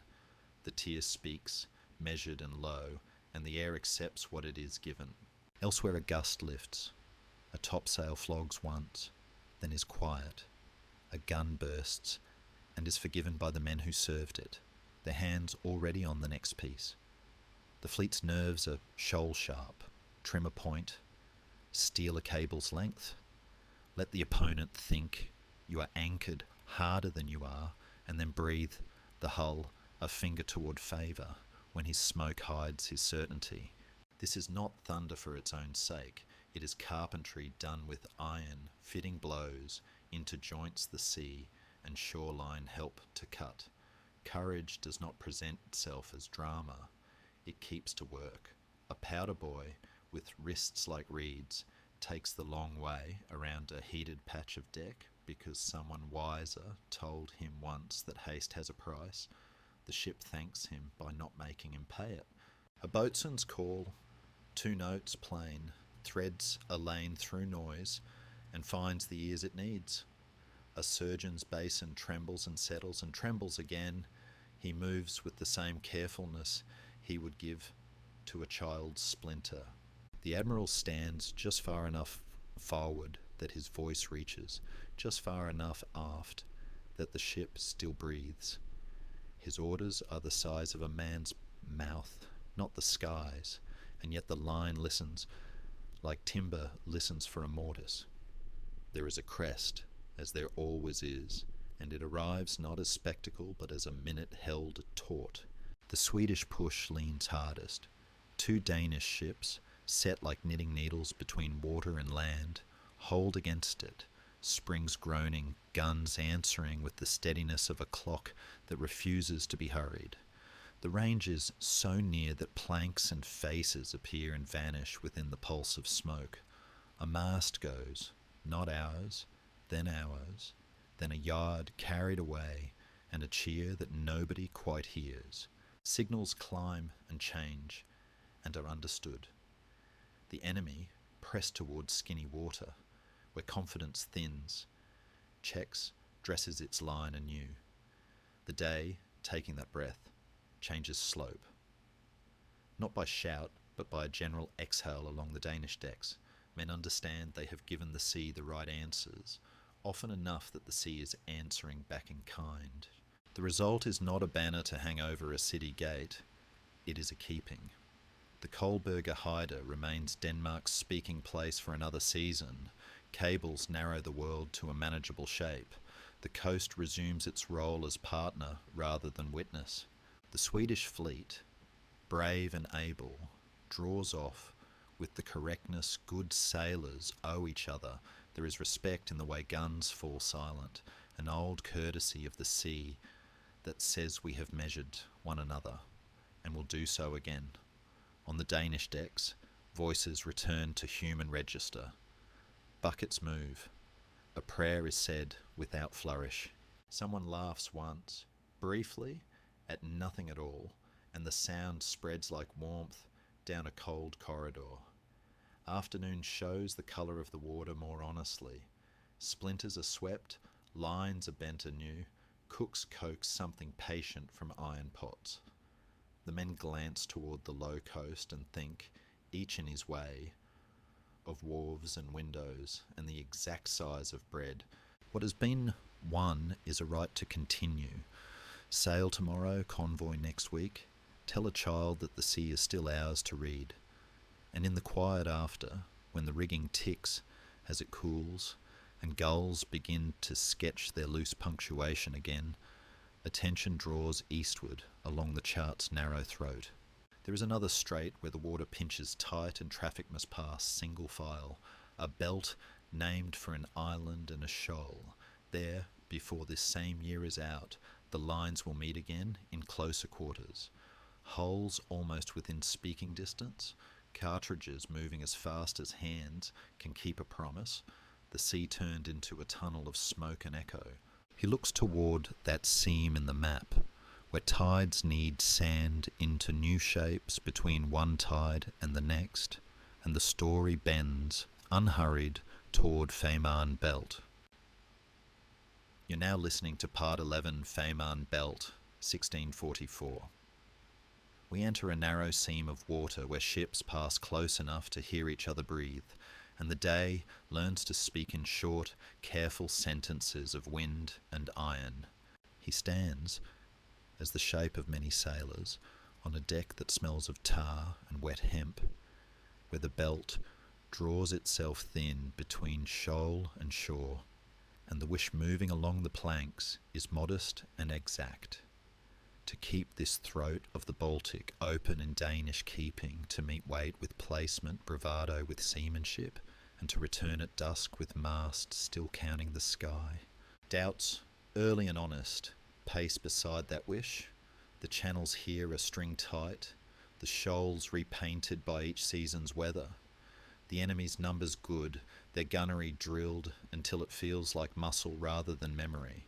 A boatswain's call trims the ship's nerves. Pilots, with winter-soldered hands, murmur soundings as if speaking to old stones. A chaplain folds his prayer small enough to fit in a pocket. May our work be careful. Out beyond the pale water, the opposing line settles into tidy menace, sails drawing like lungs made of linen, yards squared to make argument of iron. The belt itself behaves like a stern tutor. It gives no extra space for error. It demands slow rudders and quick minds. It turns smoke into walls and echoes into tricks of distance. Helps arrive in human scale, quartermasters who count cable by feel, gun captains who can set elevation from the remembered height of last winter's door lintel, a surgeon who lays out his linen with the same care he would use for a child's Sunday shirt. Anchors bite, springs are led. The hull takes its stance, as if planting its feet on a narrow stair. The first speaking is close and plain. Guns answer in pairs, then in curt triplets. The sea takes each blow and lays it down in ripples that tap the neighbouring planks like knuckles on a table. Within the haze, faces come and go at a human distance. No grand theatre, only work, sponge, worm, round, in, out, the recoil climbing the bones like a remembered ache. Fear arrives as dryness in the mouth and is cured by habit. Haste knocks once and is denied a second time by a petty officer's steady hand on a shoulder. A Swedish ship, pressing hard to cut the lane, heels towards skinny water and discovers the belt's older grammar.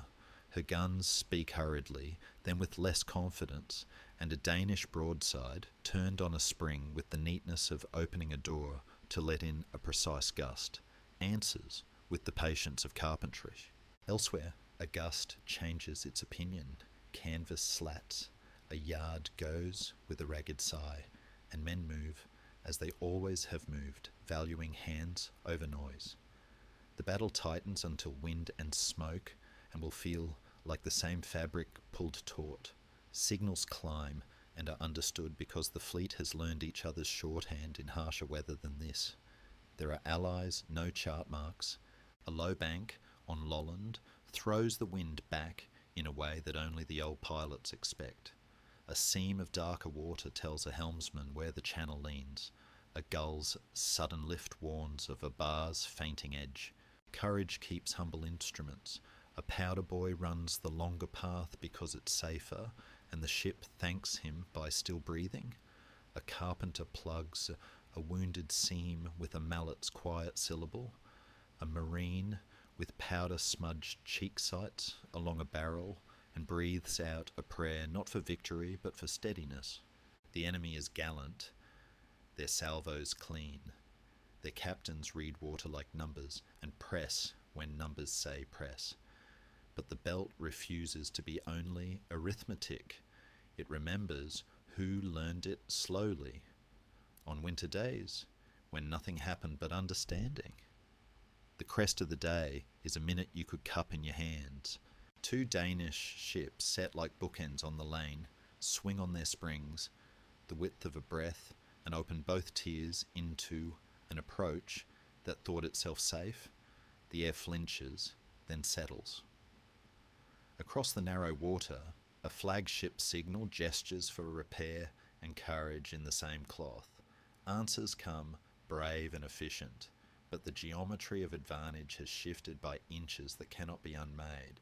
A mast gives a sound like an oath torn in half, and canvas folds with a tired dignity that makes no one cheer. Boats dart like blunt swallows, carrying the small freight of words that save minutes. Hold, ease, now. The belt hums with iron talk, then lowers its voice as the opposing line, still proud, begins to choose distance over insistence, finding in prudence a shape of honour that good sailors recognise. Result here is kept rather than claimed. The lane remains ours to speak. Convoy and message may pass. The winter ahead will have fewer sharp teeth for those who live by sea's temper. On the Danish decks, the noise thins to the dear domesticities of survival. Buckets sloshing, a kettle set back on a ring, a laugh that escapes before a man remembers to save it for later. Surgeons wash, carpenters count, a chaplain ties off his last strip of bandage and looks at the sky as if reading a quiet line. No trumpet, only the relief that competence has been enough where greatness was not required. The belt shows itself again as water rather than argument, green-grey, serious, forgiving in its own slow way. And yet the day does not end at sea. The eyes of those who have kept the lane tilt toward land, toward shores, where wars continue in other grammars. Eastward and south across years, the map lifts a page to another winter, and a field where cavalry breath smokes and hedges turn into teeth. North again, across decades, it points to a bluff above a narrow fjord. Dynekilen, where boats will nose into a pocket of water and cut the seams of an enemy's lifeline with quiet exactness. Later still, it draws the gaze to other ramparts and other relief. Fredericia before dawn, Isted under rain, each a different voice of the same desire. Keep a home-sized corner of the world. As evening calms the belt into a sheet of worn silk, he, being all who stood the day, looks along the coast where pines lean and farms keep their low courage, and the story inclines toward that cliffed inlet in 1716, where oars will move without splash, where powder will be found and silenced, and where a small fjord will teach a lesson in how to unmake a siege by touching one careful thread. You're now listening to Part 12, Helsingborg, 1710. A grey winter light settles over Scania's shore, and a city on a bluff waits, while two histories, once tangled, draw close enough to hear each other breathe. He stands, not one man, but the gathered steadiness of an army newly returned to old ground on the approaches to Helsingborg, where fields roll in cold folds toward the town, and the Öresund rests like a strip of dulled silver. The origin of this part is spare and human. Denmark asking to come home to Scania, to reclaim hedgerows that remember Danish footsteps, to make the water between Helsingør and Helsingborg feel again like a friendly hallway rather than a guarded door. In the ranks, there is a wish so compact it fits in a mittened hand. Let this day unfasten a knot, tied by years of loss. Let houses with red roofs and narrow chimneys see our colours and be unafraid. They picture ferries gliding again, market speaking both sides old phrases without bristle, a shoreline that does not wince when it hears drums. Yet doubts come early, as they always do when the ground is familiar, but the century has turned. The Swedes have had time to make this bank their own. Powder clumps in the damp, maps argue with reality, and the wind carries a rumour that good intentions are still only intentions until the first volley proves them. Beyond the field, where frost whitened stubble, the opposition arranges itself with a lean competence. Swedish infantry knitted into bristling lines, cavalry poised like ink strokes across a page, guns placed where the undulation of the land teaches them a quiet geometry. There is no malice in their steadiness. There is the same hard wish, reversed. Keep what is held. Deny the crossing a storybook ending. Prove that memory alone cannot move borders. The inner struggle moves through Danish files like a small cold draught. Some veterans know Scania's lanes by childhood. Others have only learned them from talk. Officers must convert a warm idea into measured steps. Supplies lag by minutes that feel like hours. A chaplain speaks briefly of bread. An old sergeant tightens buckles and says nothing at all. A drummer tries his sticks on a rim to find a pulse that is strong without being fast. Helps arrive in modest shapes. Farmers point with gloved hands toward ground that carries horse without theft. A pilot of the sound now walks among infantry and reads the slopes as he once read currents. A courier remembers a sheep track that makes a smoother arc than the road. When the day begins to talk in iron, it does so first in testing syllables, pickets brushed aside, skirmish lines probing hedges that suddenly grow thorns. Then the grammar thickens. Volleys flatten air into hard pains. Batteries swap slow, heavy words. The town's church spire holds its dark triangle in the pale sky like a needle that has already sewn the names of past days into a tapestry. Now it watches new thread. Danish files dress, refuse and lean. Swedish counterweights answer, steady and stern. A slope that promised advantage proves to be a shelf. A damp hollow triples the weight of a man's stride. Inside each rib cage, the quieter battle ticks. Don't hurry, don't think about warmth. Don't let the mind wander into rooms where pots simmer. Officers pass with that small important touch, a sleeve caught, a shoulder steadied, that turns a crowd into a line again. Cavalry feels the field's intentions first. Hooves crumping through crusted frost, then slipping where sod remembers yesterday's thaw. Squadrons meet in a close, breathy clatter. No grand dash, only short, corrective bursts. Sabres that look like pale fish as they rise and fall in the winter light. The infantry's trade returns to its old, relentless cadence. Load, level, fire. And in the pause, the mind shrinks to a single useful thing. Ramrod smooth, flint dry, mouth closed against the sour powder. A lane bordered by willow becomes a funnel where companies are measured and found true or wanting. The Swedes keep their line taut. Their volleys speak with the crispness of schoolroom's recitation. Their guns solder Danish progress into smaller and smaller pieces. An advance that felt like a promise at sunrise begins to feel like a debt note at noon. Yet steadiness is its own ally. A Danish battery finds dry footing and begins to place its sentences with patient clarity. A regiment, stung and tempted to fray, remembers practice and ties itself back together on a hedgerow's low spine.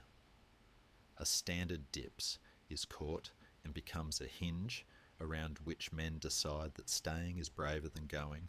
A captain who knows when not to speak simply points, and 100 feet away an angle that keeps them alive. These are not the gestures that make paintings. They are the ones that let children meet fathers after. Even so, the field's broader logic asserts itself. The Swedish line, handled by men who know this county the way fishermen know their stretch of sea, leans where it hurts most to be leaned against.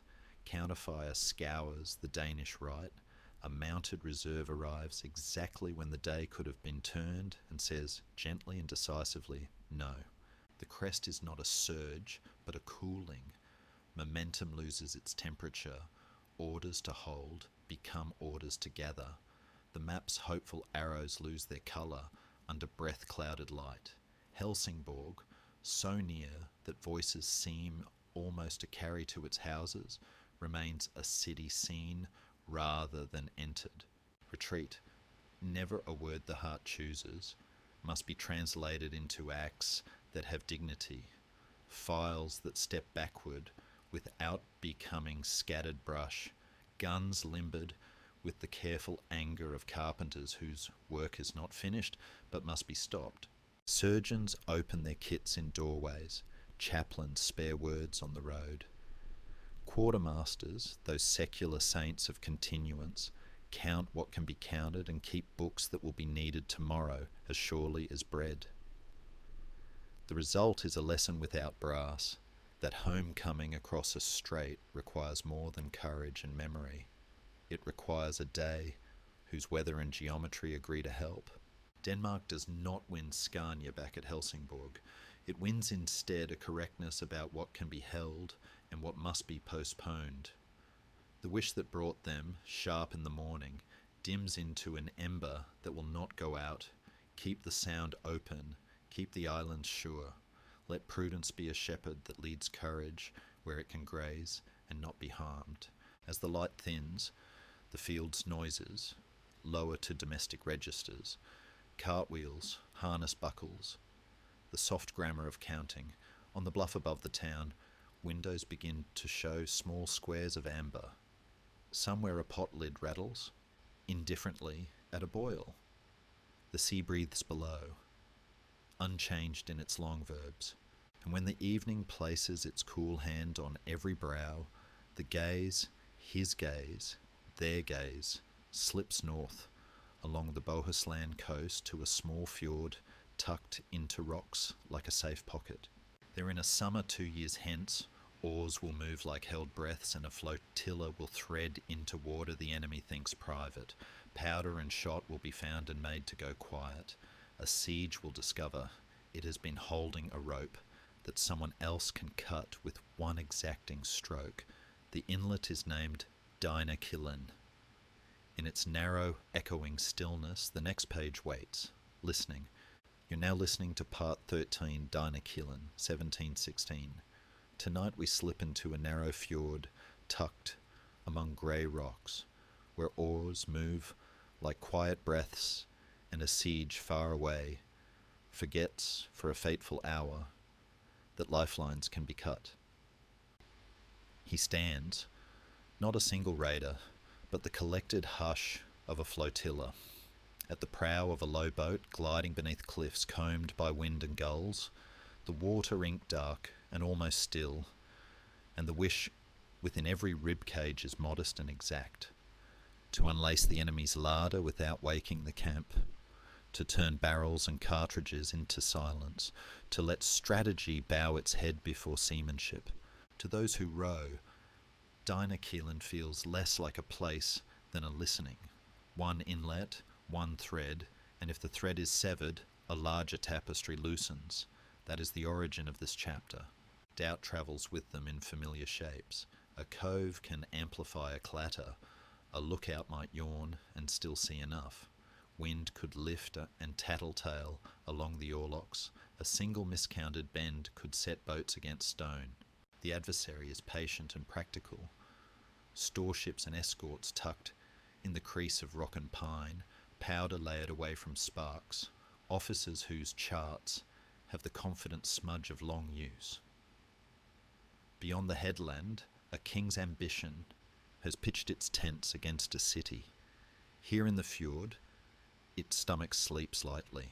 Helps arrive without trumpet, pilots who have read this coast in winter and can hear the change in depth through the oar, men who tie off a boat in one smooth kindness of rope, a petty officer whose palm settles a nervous wrist as if quiet could be lent hand to hand. The approach is an exercise in understatement, oars muffled, blades entered like thoughts, orders shaped by fingertip and eye, hulls shadowing the cliff's own darker line. When the first anchor cable is touched, it feels like touching a vein. A lantern moves on a deck ahead and then goes still. Someone laughs softly and is shushed by sleep, not suspicion. The raiders arrive as a weather change, nothing to see until everything is different. The opening is work, not fury. Grapnels lay hold without clatter. Men step up as if onto their own thresholds. A guard turns and finds a face so near that both are briefly astonished by the ordinary fact of breath.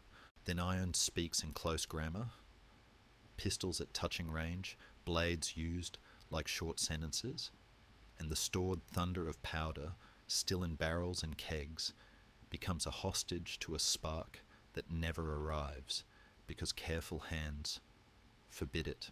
The inner struggle, always there, hums, do not hurry, do not preach to the minutes, count what must be sent to the deep and what must be towed. Remember that victory here is measured in emptiness left behind. Around them, the fjord answers with its own quiet, echoes that fold quickly, water that receives without complaint, pine tops that barely note the change. The escorts rally with a good sailor's anger. They try to widen the inlet by will alone, to make room where there is none, and for a few taut heartbeats the air is stitched with swivel gun sparks and the blunt music of boarding. A mast groans, a yard gives, a boat shoulders a hull like a stubborn mule, and then the rhythm returns to the raiders, the discipline of small exact acts. Fuses disappear, bung staves thump, kegs roll in a controlled, domesticated way toward a choice, scuttle or seize. A gunner, who will never be named, tests a barrel head with his knuckles and decides, this one to the boats, that one to the dark. Courage keeps prosaic instruments, a marline spike, a wet mitten on a hot touch hole, a whispered number that ensures two men lift together and nobody slips. The enemy is not shamed by the inlet. They strike, they call, they try the hard geometry of narrow water with the same competence that would serve them anywhere else. But Dynekilen is a teacher with few words. It tells them that width is a resource and that tonight others control it. The crest of the raid is almost modest. No trumpet, only a sufficiency reached. Lines pay out, kegs vanish. A brig staggers with her cargo gone slack. An escort's deck is cleared of purpose, and somewhere beyond the headland, a siege clock loses a tooth. It did not know it needed. Withdrawal, the bravest verb, begins on time.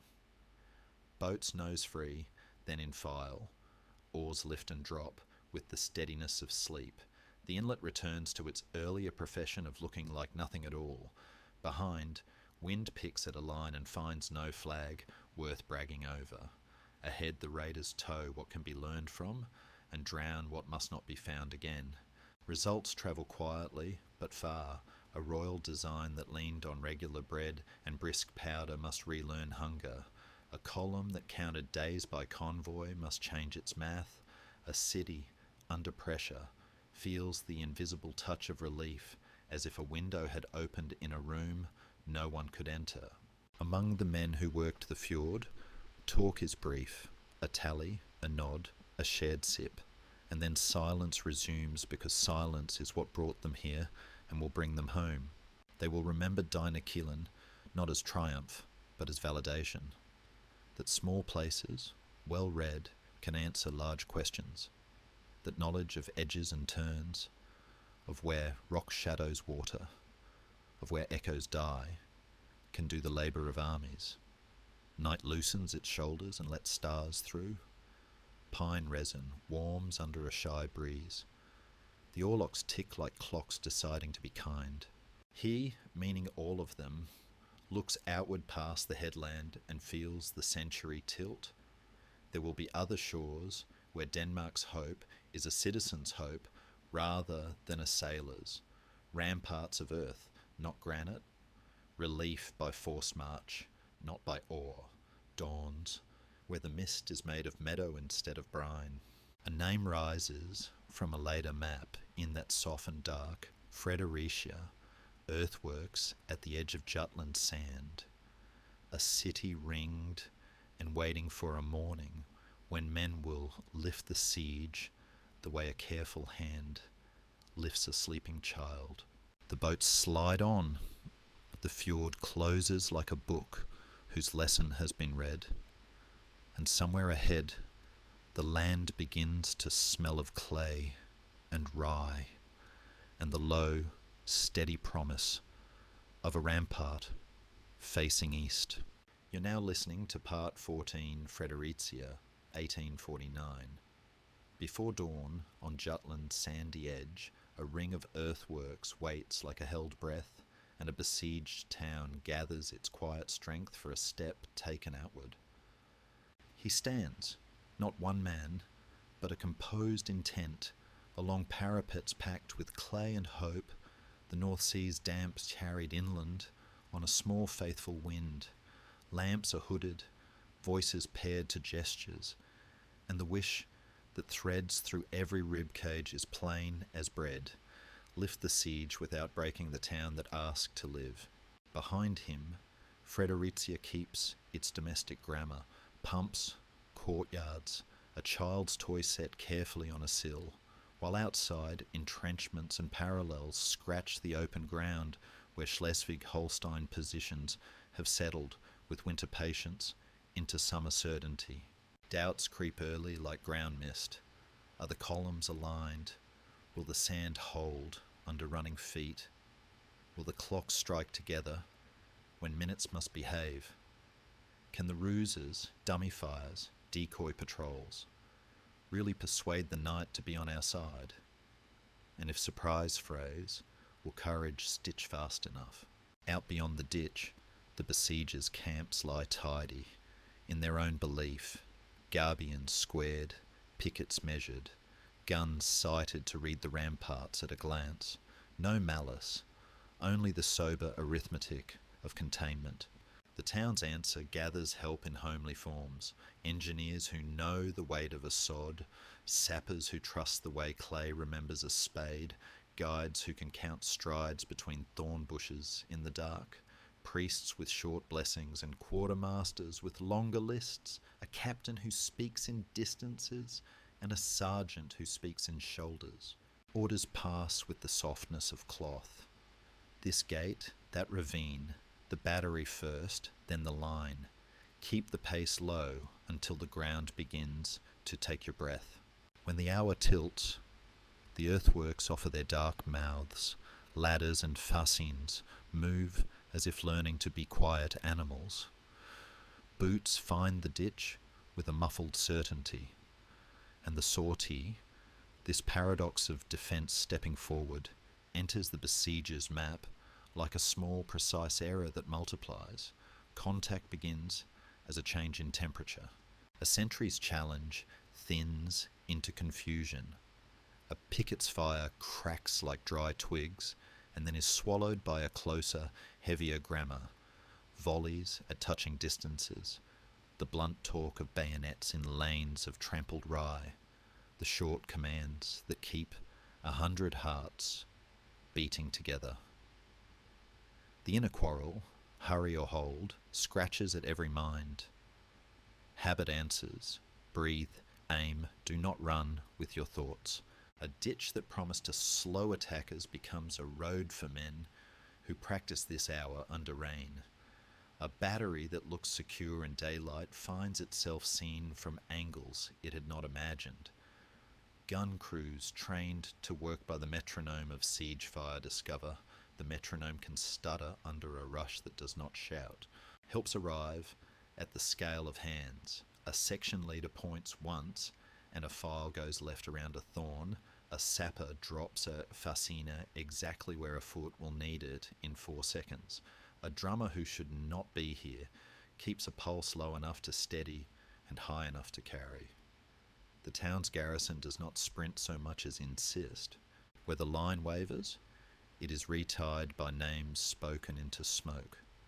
Where the smoke thickens, men remember the map traced on their palms. Where fear dries the mouth, someone's canteen appears like a small sacrament and then vanishes back to work. The field learns new edges as the surprise hardens into pressure. Redoubts that had been nouns become verbs, taken, turned. Guns that pointed inward now speak outward with an altered accent. A camp street becomes a corridor of decision where carts, suddenly without allegiance, are persuaded to stand as walls. Opposite, resistance does not disgrace itself. Companies stiffen, officers lay swords along air with the old cool grammar, reserves step off toward the noise, with the straight-back decency of men who do not ask the day to be gentler than it is. For long minutes that feel like a drawn bow, the lines trade breath and iron without the theatre of banners, only the steadying sight of each other's shoulders. Then the crest presents itself not as a cheer but as a widening. A salient unzips underweight, placed exactly.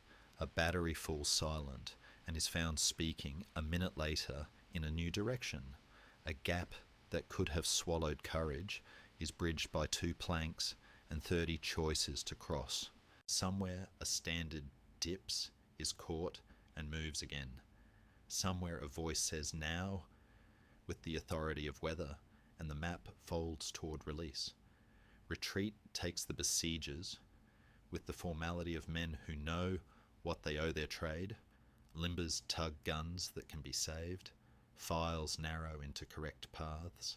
Colours back away without losing their meaning. The sortie does not pursue beyond wisdom's edge. It holds what the town needs held, spikes what must not turn again, gathers what can be carried, and counts what must be mourned. Dawn discovers new geometry, trenches reversed, captured pieces aligned like persuaded arguments, a perimeter that breathes like a chest no longer banded. Fredericia inhales, once long, and the exhale fills streets with the work that follows thunder, bindings, broth, ink, and the slow, holy arithmetic of names. The result is not triumph hammered into brass, but continuity handed back to a place that kept faith with itself. The siege lifted, the road opened, the sea wind meeting alleyways without asking permission. On the earthworks, men sit with their backs against the clay that stood up for them, and the clay, still warm from the night's handling, lets them. A chaplain lowers his eyes. An engineer smiles at a traverse as if at a well-made chair. A runner sleeps in the shadow of a gun that has fallen quiet. And yet the day refuses to be a period. It is a comma in a longer sentence written by rain and will. North and west the plain opens into weather and argument.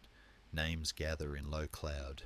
Isted, where a year later a battle will widen under cold, relentless showers until the very air seems made of drumbeat and water. Roads that turn to ribboned mud. Standards heavy with wet. Decisions taken at the pace of soaked leather. As the sun lifts over the roofs, burnishing wet ropes and the patient backs of Garbians, he, being all who stepped outward and returned, lets the line of sight run past the newly quiet trenches into that broader grey. The clay cools under his shoulder, gulls swing low from the little belt, and the next page loosens in the weather, smelling of rain and rye and the long, even courage of a field that will ask men to hold, not for minutes, but for a day that refuses to end. You're now listening to Part 15, Isted, 1850. Rain drapes the Schleswig fields in long silver threads, and a grey morning spreads itself like damp linen over hedges, lanes, and the slow-beating hearts of men. He stands, not one figure, but a whole line breathing, upon the wide, sodden ground near the village of Isted, where trackways turn to ribboned mud, and the wind carries the smell of rye and wet leather, and the wish inside every rib cage is simple as bread. Hold long enough for the map to remember Denmark the way it once did. Hold so that farms may hear only summer thunder, not the measured anger of guns. The origin is modest, a ridge, a church spire that appears and disappears in drizzle, a market road that knows cartwheels better than caissons. Yet within that modestness grows the day's stern hope. If they stand here, the siege of yesterday will become the breathing space of tomorrow. Doubts are early arrivals, as constant as rain flies in the warm weather. The cartridges feel heavy with damp. The powder sulks. Coats cling coldly to backs. Orders must travel not by flourish, but by voice close to the ear. Beyond the rain curtain, the Schleswig-Holstein ranks gather in the same weather, careful and resolute, their guns set upon slight rises like brass bees at the edge of a meadow, their infantry stitched into tidy lines that look, through the blur, like hedges moving. He wonders, meaning every man within this long, patient seams, whether the ground will side with courage or with weight, whether rivers of runoff will knit or fray their fronts, whether the day's grammar will be written in volleys or in the quiet syllables of the bayonet. Helps arrive in human scale.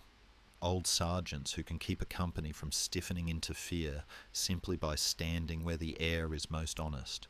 Quartermasters with oilcloth and faith, moving from cart to cart like discreet saints.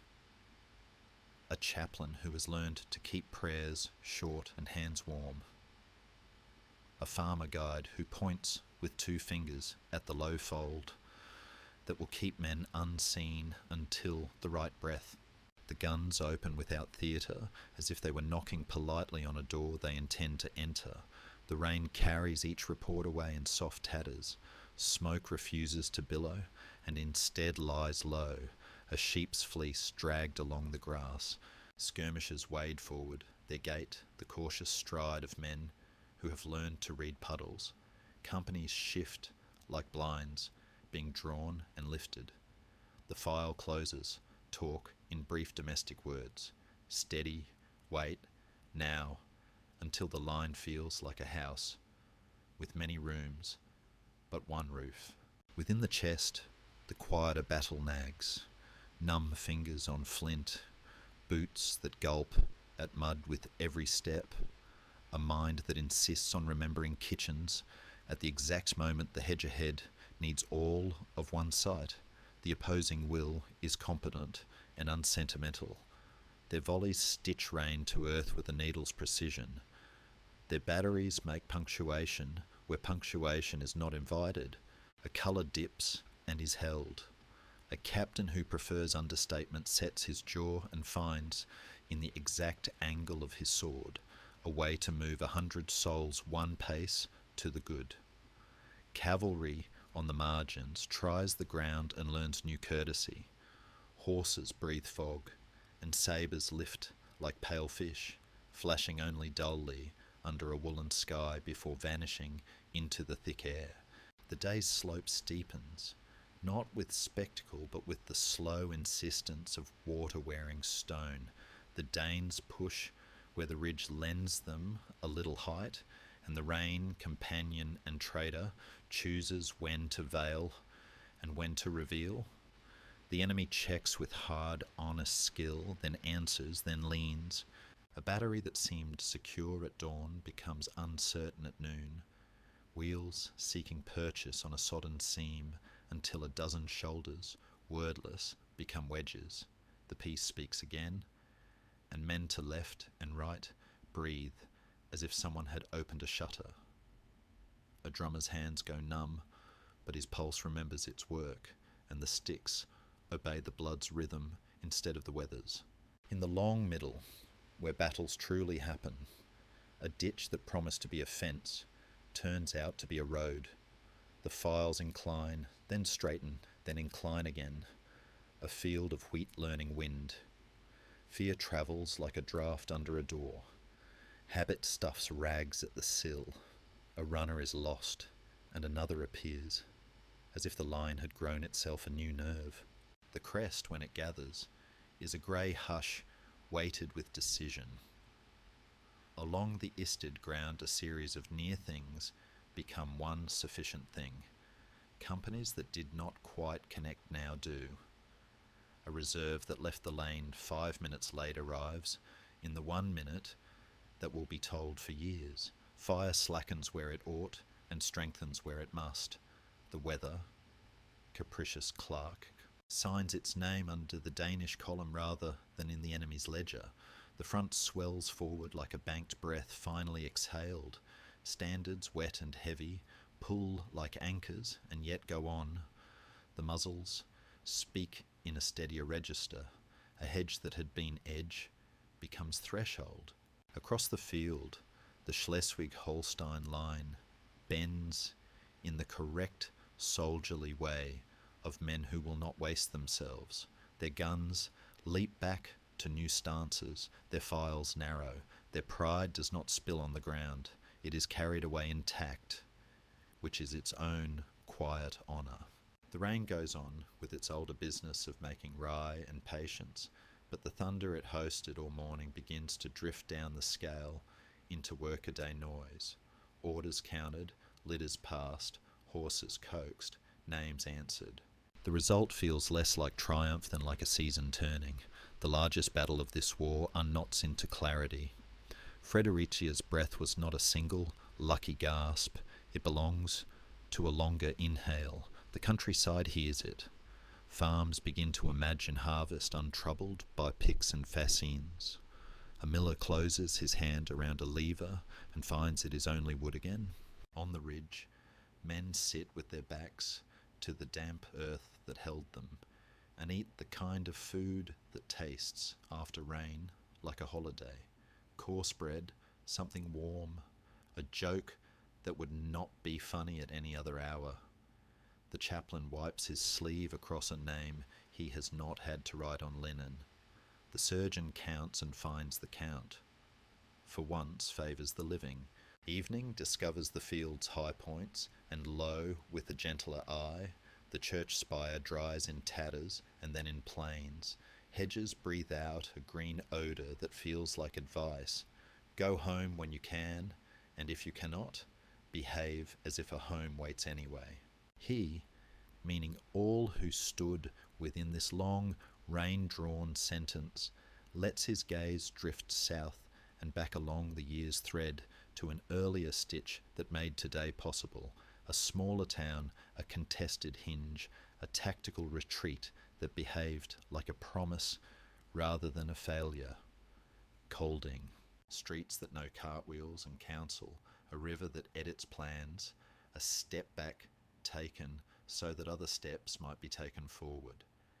In that soft rinsed light, the road bends toward those narrower lanes, where prudence and resolve will meet in 1849, and, without trumpet, teach tomorrow how to begin. How to. You're now listening to Part 16, Kolding, 1849. In a small river town where bridges fold the banks together, the day learns that stepping back can be a way of holding fast. He stands, not a single figure, but the composed outline of a rearguard, on damp cobbles that remember carts and market talk more than marching feet, and the wish that travels ribcage to ribcage is modest. Keep the door from slamming, keep a path open for the army to breathe, keep Kolding from becoming a trap that teaches only regret. The town is a hush of tiled roofs and careful windows. The river makes its slow editing line through reeds and pilings. The castle hill holds itself like an elder who has already seen too much. Within that quiet, doubts move like minnows. What if the bridges go too soon or too late? What if the lanes become funnels? What if resolve, stretched thin by rain and nights without sleep, snaps with the sound of wet twine? Beyond the outlying gardens, the enemy arranges itself with cool competence, files exact and patient, guns already measuring angles through the grey. They are not cruel, merely thorough, and their thoroughness threatens to turn the town into a conclusion. Officers in Danish coats study corners, courtyards, hedges that might bite once before yielding. Engineers walk with the pacing calm of men who intend to let timber and earth do half their speaking. Sergeants translate plans into breathing, quietly, without applause. The purpose is not to win a page of brass here, but to purchase time without spending lives unnecessarily, to refold the map so that the lines lean toward Fredericia instead of into a knot around Kolding steeple. Helps arrive wearing ordinary faces. A miller shows where a shallow ford takes a cartwheel without stealing the axle. A widow points with a knitting needle at a lane that looks straight but bends just enough to mislead siding. A ferryman who knows current by smell stands among soldiers and names eddies that will turn boats if oars are unready. Powder is kept dry under oilcloth. Fuses are cut to trustworthy lengths. A chaplain palms shoulders as if passing a coin of warmth from hand to hand. The town's grammar, door, step, beam, lends itself to defence without drama.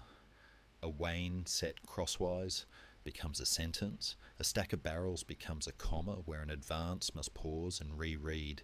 The inner struggle hums. Pride wants to stand and stamp the ground and declare.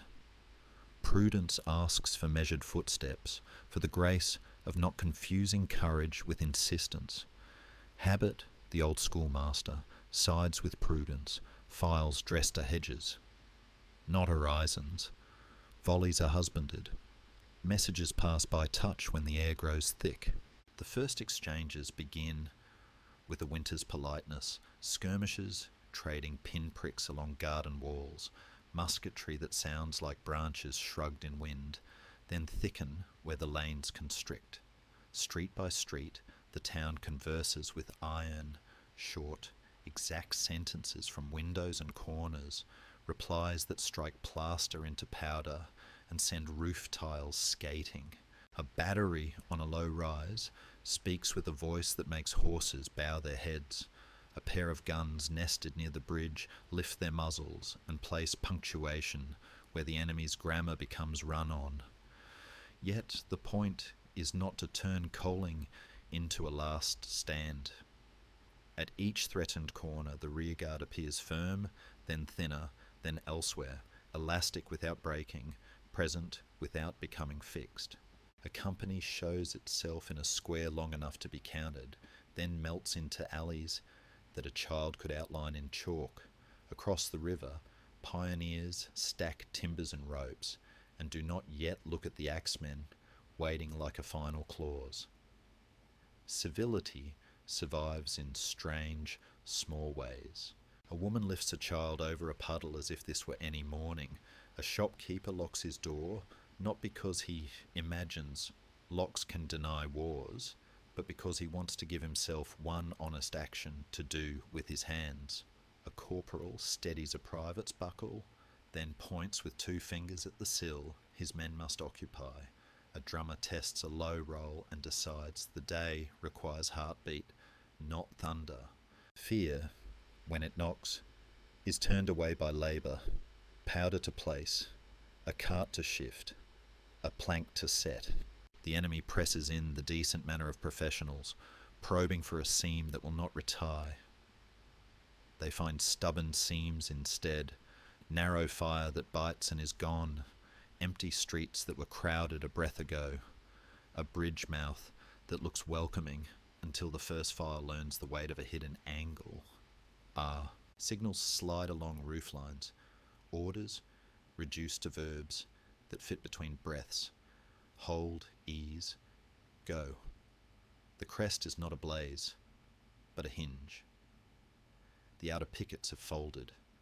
The lanes have said almost everything they can say. The bridge, this chapter's quiet centre, waits for its single unrepeatable moment. On the far bank, ranks have been dressed to receive. On the near, the last platoon takes 2 steps back without becoming a rumour, then 2 more that feel like removing a stitch without tearing a sleeve. A gun speaks one final time, with a note heard at Fredericia later as a kind of promise. The axe comes down in practice strokes, timbers gasp and sag. Water, which has no politics, receives what it is given and smooths its ripples as if for sleep. No cheer, no grand gesture, only the soft, decisive sound of a passage closed at the precise minute when closing is grace. Afterward the town breathes out and in again, astonished to find breathing still belongs to it. Smoke thins into kitchen smell. Cobbles show their honest wet. The river holds a new reflection where the bridge used to be. The rearguard, already dwindling into the hedges upriver, becomes less a sight than a sense, the after-image of discipline. The enemy stands where prudence tells it to stand and measures the next crossing, exact and undespairing. Their correctness is its own respect.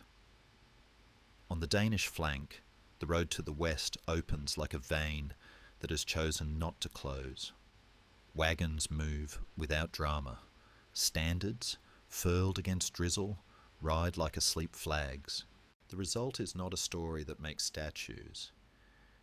It is a breath that allows other stories to live, Fredericia's dawn to be arranged, Isted's endurance to be possible, a child to grow up believing a town can be both brave and sensible. Dusk trims the roofs in pewter. The river speaks softly against its reed beds. He, meaning all those who stood, and those who arranged the standing, turns his gaze far away from cobble and reed, and hears, in the deep room of time, another kind of retreat that did not feel like grace at all. A king's pride carried into rain and ruin, regiments scattered against a German woodland's stern arithmetic, a banner folding into mud, while Europe watched itself learn a new, harsh grammar of war. The map tilts back 2 centuries. The air smells of wet oak and powder. The name that answers is Lutter. And somewhere, under a lowering sky, in a field not yet forgiving, hoofbeats begin to drum like the slow approach of a thought no one is ready to think.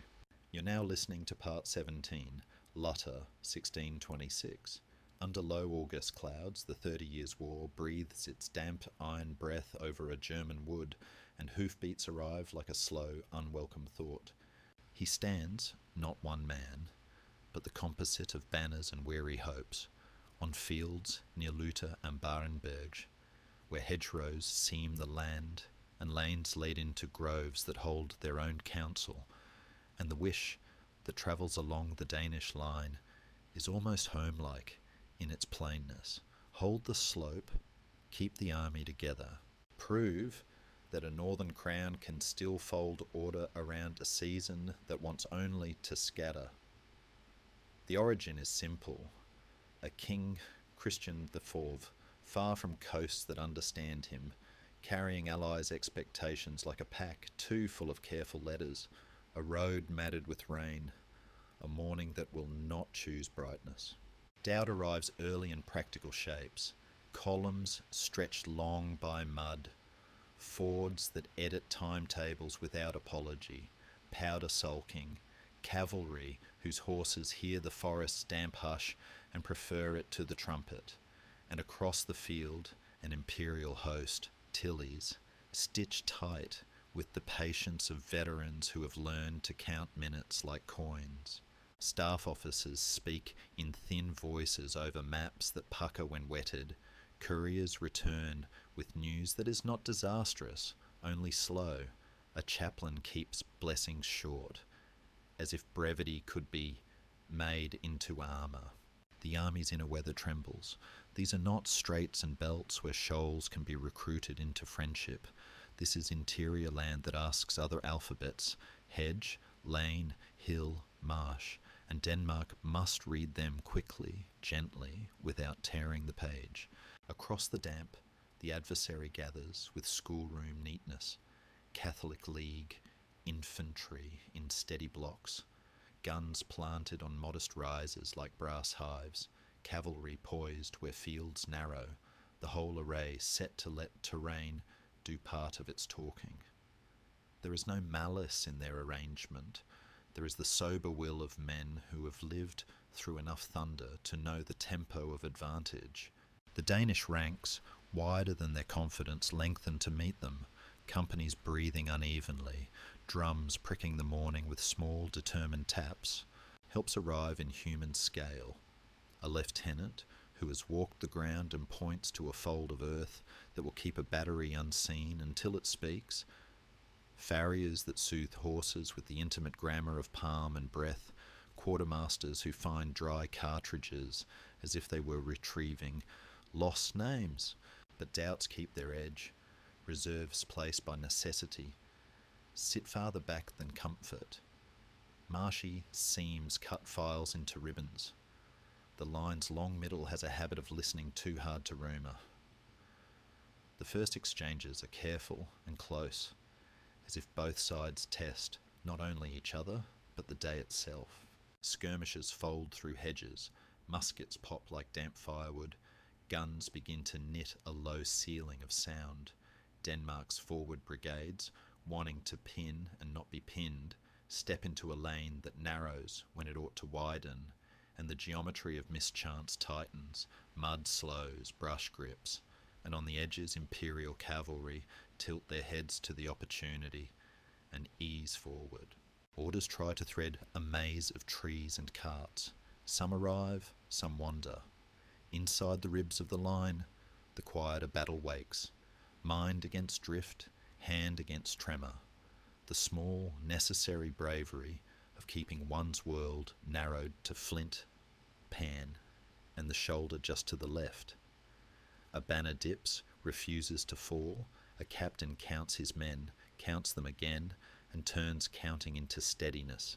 Pressure gathers as a weather front, deliberate, gradual, the field changing by degrees until it is suddenly different. Tilly's guns speaking from their little terraces, place their heavy syllables where Danish formations hesitate. Volleys walk the hedges. When cavalry meet at the margins, the clatter is intimate and breathy, not theatrical. Pistols forced to work in air that smells of wet hay. Sabres lifted without flash. The ground taking hooves, the way a ledger takes sums. A Danish counterpush, meant to iron a crease before it becomes a tier, finds itself snagged on a watercourse that appears only when boots go ankle deep.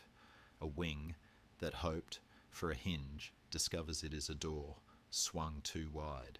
Fear visits in domestic shapes, slippery grips, mislaid wads, the mind's treacherous slide toward better evenings, and is answered by domestic cures, a sergeant's sleeve on a man's neck, a canteen tipped once, then put away, the patient, unshowy tone that turns a crowd back into a company. Courage, where it lives, keeps to work. A battery, in place behind a poor hedge, learns to fire low and steady. Its crews move with the mechanical kindness of men who have already agreed to forgive each other's mistakes. A regiment that wavers at the side of an advancing block discovers that a single pair of boots set square at the line's edge can quiet a dozen pairs around it. A drummer's hands, numbed by rain, remember the rhythm, even when the sticks fumble, heartbeat over heroics. Yet the field's arithmetic remains stern. The imperial infantry, denser and more precise, bite and hold. The Danish centre, long and thin as a thought stretched past usefulness, begins to flutter at the edges of meaning. Messages cross and miss.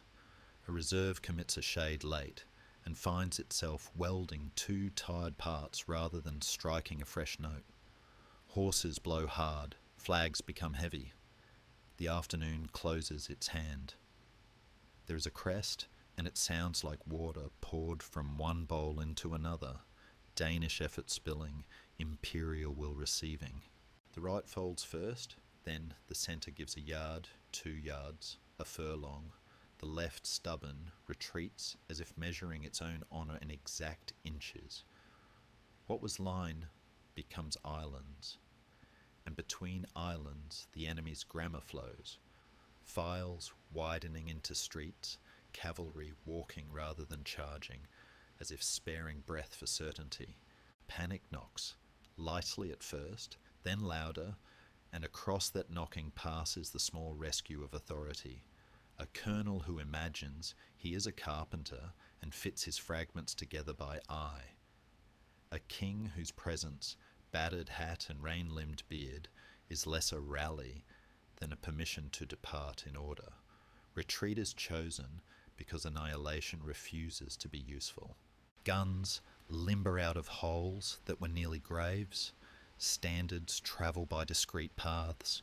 A rear guard ties its courage into narrow knots and holds just long enough for the rest to become a moving story rather than a broken one. Evening, pitying, lowers its wet curtain. On lanes behind the field, litters bob. Surgeons' lanterns make shallow rooms of light where hands choose life as often as skill allows. Chaplains keep silence except for names. Quartermasters already plan the next dawn's bread because bread is what armies must eventually become again if they intend to exist.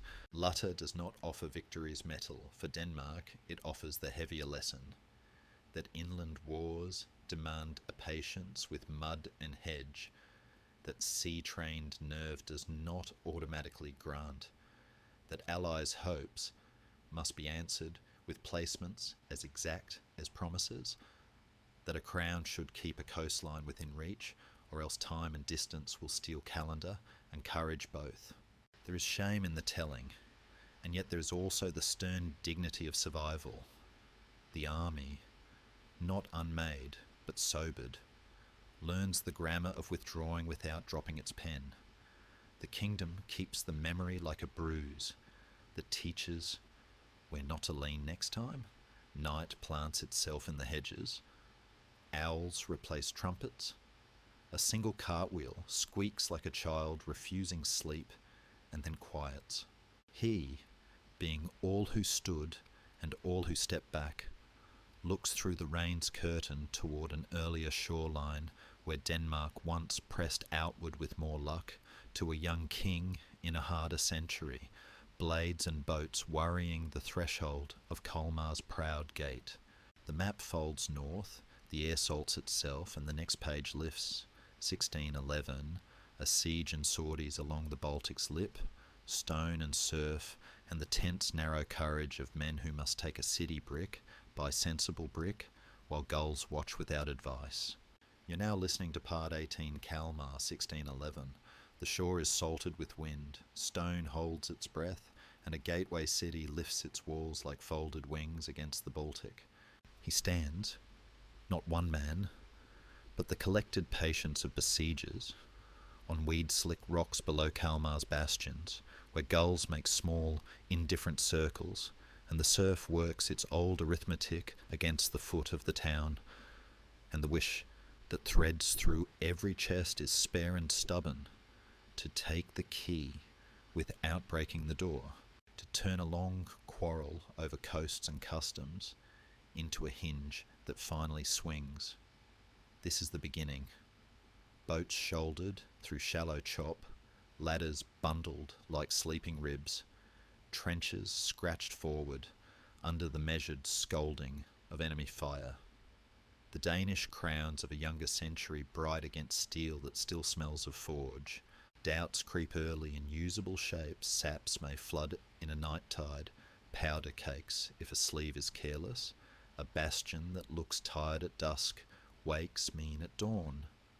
And beyond these stones the Swedish garrison, wary, well posted, acquainted with this light, keeps its own compact wish.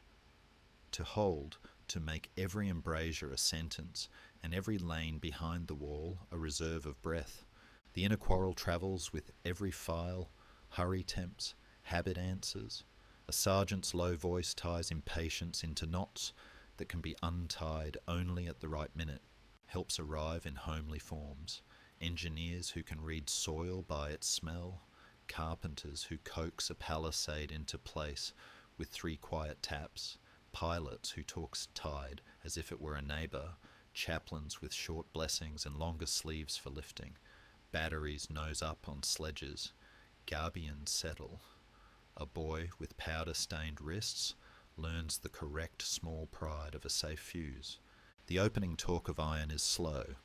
Testing shots that trim weeds off the top of the counterscarp, replies that clip stones and leave a flinty taste on the air. Then day by day the grammar thickens. Ricochet, splinter, hush, resume. Within the walls, the enemy moves like housekeepers in a storm. Buckets and beams, signals running along a stair. A captain glancing once at a chapel door before he takes the ladder that leads to smoke. Outside, the sea keeps time, barges shuttle, ropes creak. The camp whisper of bread, saltfish, and news from home makes a second, softer siege around the men who wait. Fear comes in domestic outfits, wet tinder, a rung that bites the palm, the mind's treachery when it imagines a street smelled only once in summer, and is answered by other domestics, wool dried by a brazier, a shared sip that is half warmth and half reminder, the square-knotted assurance of drilled hands. Assaults are rehearsed in sand with twigs for walls and buttons for towers. Then the day chooses itself, and real ladders are shouldered into the hard light. Gunfire shears air into narrow lanes.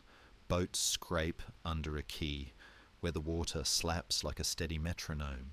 The first men up see the world as rungs and breath, the next as elbows, boots, the sour shock of lime dust, and all of them hear, too closely, other men's prayers turned into working sounds.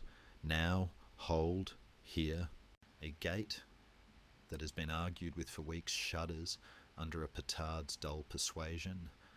A flank battery that would not be silent learns a new angle of reply from an enfilade coaxed into being by 2 patient crews and a sledged gun.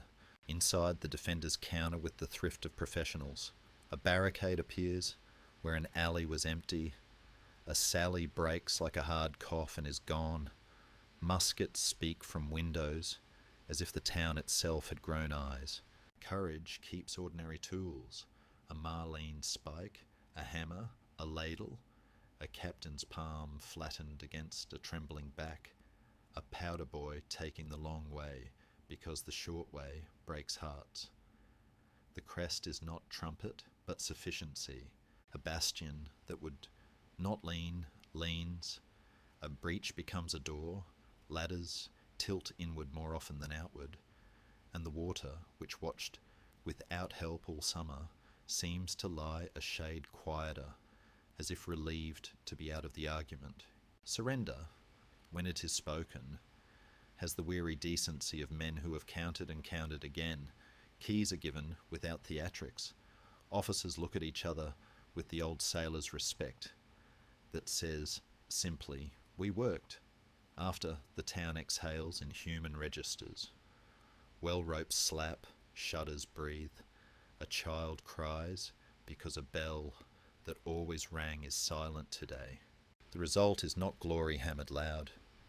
It is a right-of-way regained, a seam of coast taught to speak a familiar language, convoys that will make their winter rounds under a flag that knows these waters by first name. In the Danish camp, voices lower to the pitch of mending, lists written, wound cloth folded, a gun carriage planed where splinters bit too deep. Officers look along the Baltic and understand that this key turns other locks. Trade, duty, the uneasy comfort of a map less jagged than yesterday's. Evening puts soft copper on rampart and oar. Smoke thins to a memory that will cling to coats for a year. He, meaning all who climbed, waited, and set their feet on stone, lets his gaze slide far down the century, past sieges answered and set aside, to a small island in the North Sea where wind has its own moral and iron ships learn new manners. There in 1864, flags will meet amid broken water at Heligoland, and the thunder will be modern, steam in the lungs of hulls, shells that think before they fall, signals speaking faster than gulls. The sea takes a slow breath, the harbour tucks in its lights, and somewhere beyond, the darkened parapet, a new awake unspools toward that red rock, steady as a heartbeat. You're now listening to Part 19, Heligoland, 1864. We slip into broken water and red cliffs, where steam breathes through iron lungs and sails still remember how to listen to wind. He stands, not one sailor, but the gathered steadiness of a squadron, on planks that smell of salt and hot paint, while boilers murmur below like large drowsy animals, and the North Sea rolls its long slate shoulders toward the small stubborn island of Heligoland. The wish that moves from deck to deck is compact and clear. Keep the blockade's promise a little longer, meet a heavier alliance with placement and nerve, and bring the ships home with masts and men accounted for. This is the origin. Denmark's flag in windy company with gulls, a commander measuring distance not only in miles but in treaties, British neutrality drawing a pale protective ring around those red cliffs, and somewhere to the southeast, an Austro-Prussian force shouldering outward, eager to push the Danish cordon off the lanes of Germany's shore. Doubts travel with the spray. Steam is strong until it sulks. Signals can tangle in smoke. The sea near Heligoland makes odd echoes that fool the ear, and the enemy's metal is newer in places, their numbers a stern arithmetic that does not blush. On the Danish decks, petty officers smooth those doubts the way a hand calms a skittish horse, charts folded to useful squares, ranges rehearsed, crews reminded that the island is not a shield, but a neighbour, close enough to help, close enough to complicate.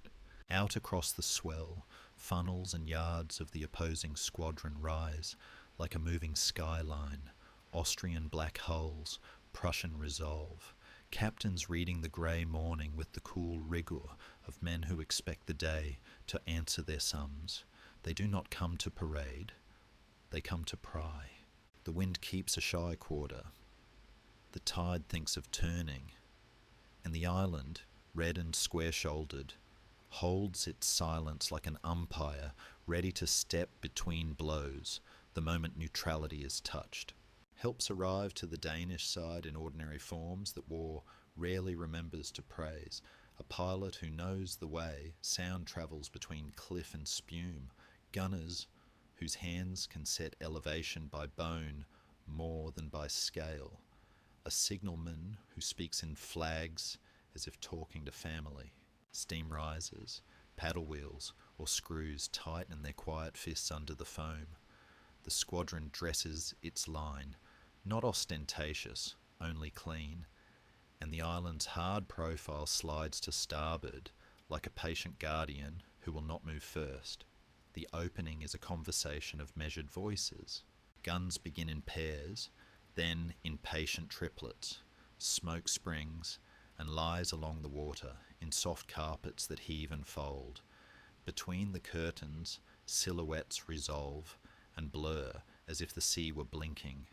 The Danes keep their speech spare, no waste, no anger, placing shots the way a carpenter places pegs, true and at intervals that build strength.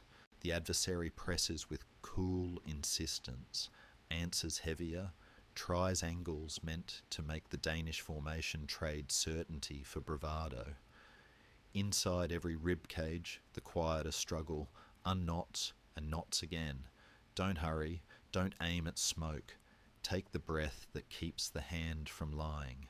A shell finds a bracket and rings the hull like a struck bell. Men flinch, then return to sentences begun before fear interrupted. The island watches without commentary. Above, gulls wheel like erased handwriting. Mid-fight, wind and treaty draw closer to the day's heart. Heligoland's neutral waters lie like a pale seam on the chart, and both sides feel that stitched line in their nerves. The Austrians lean hardest, Schwarzenberg showing a sharp will and a quick tongue of flame. The Prussians keep company with intelligent caution. Together they try to push Denmark's ships far enough from the cliff's long veto that weight can finish what skill has begun. Danish captains answer with seamanship that looks almost modest. A point of helm saved here, a cable's length brought there, steering not to flee but to recompose, sliding the fight by degrees towards that pale seam where law and geography shake hands. A broadside catches just right and sends a hot, ragged sigh up from an Austrian deck. Rigging slaps, a funnel coughs, a cheer is born and then carefully clipped before it becomes arrogance. Steam, smoke, and wind mingle until the sea smells of iron tea. Courage keeps homely tools. A powder boy chooses the longer route because he trusts his feet there, and the gun he serves thanks him by still speaking. A carpenter's hammer ticks like a small clock inside a splintered bulwark, and time becomes usable again. A surgeon in a white shirt that will never be white again sets his hands as if laying out Sunday cloth. A chaplain grips a stanchion and says nothing, because quiet is the medicine men need at this minute. Signals rise, neat even in gusts. Replies jump mast to mast, as if the ships were a single, many-lunged creature. The enemy is gallant, their gunnery crisp. Their captains refuse to be hurried into mistakes. But the island has its say by simply standing where it stands, and the Danes, by inches, by posture, drift the jewel toward the rule that says enough. The crest is a breath held at the cliff's red shoulder. Schwarzenberg shows fire where fire should not be. A turn becomes a wince. The line that press now gathers itself, checks bearings, and measures what honour requires and what prudence forbids. Danish ships, scarred but cohesive, ease behind the neutral veil with the decorum of mariners who know that seamanship includes knowing when water belongs to law rather than to courage. Guns fall silent, not as a favour, but as obedience to a boundary older than any captain on deck. The wind freshens as if relieved. The island keeps its stone counsel. What follows is not trumpet, it is verdict deferred. Tactically, there is the warm relief of survival with purpose. Masts still counting sky, crews answering names, colours steady. Strategically, an aftertaste of inevitability. The blockade's rope will slacken. A larger war's land arithmetic will outweigh today's seacraft, and Denmark will learn again that bravery cannot always balance coal and iron and numbers. Yet dignity remains. Ships shaped by a nation of shoals and straits have spoken clearly in modern water. Seamanship has made law visible. And in the hush that settles under the cliff, there is a sense, not of triumph, that would be a noisy word, but of rightness kept, of a standard borne through new thunder without dropping its old, careful light. Evening polishes the red rock, smoke thins into blue threads that drift toward England like unmailed letters. Deck planks cool, men drink water that tastes of iron and relief.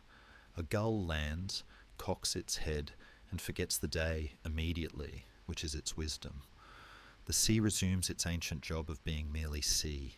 He, being all who stood through steam and sail, lets his gaze travel away from the iron shine to a quieter shore, where history moves on foot. Cobbles and hedgerows, August dust, and men in simple coats, shouldering muskets, not because they are perfect for war, but because a county asked them to come. They're far back across the years to 1807. A town on Sjælland will discover how courage looks when it is mostly made of citizens. The Battle of Køge, where militia stand in smoke that smells of rye fields and summer barns, and where defeat will still write a line about duty that does not fade. The wake behind Heligoland unspools and settles, the island's red fades to ink, and somewhere beyond the quieting boilers, a bell in a country church imagines itself being rung by hands that do not tremble.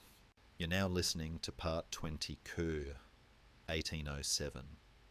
This final chapter stands in summer light over rye fields and hedgerows, where citizen hands steady muskets and duty wears the plain clothes of home.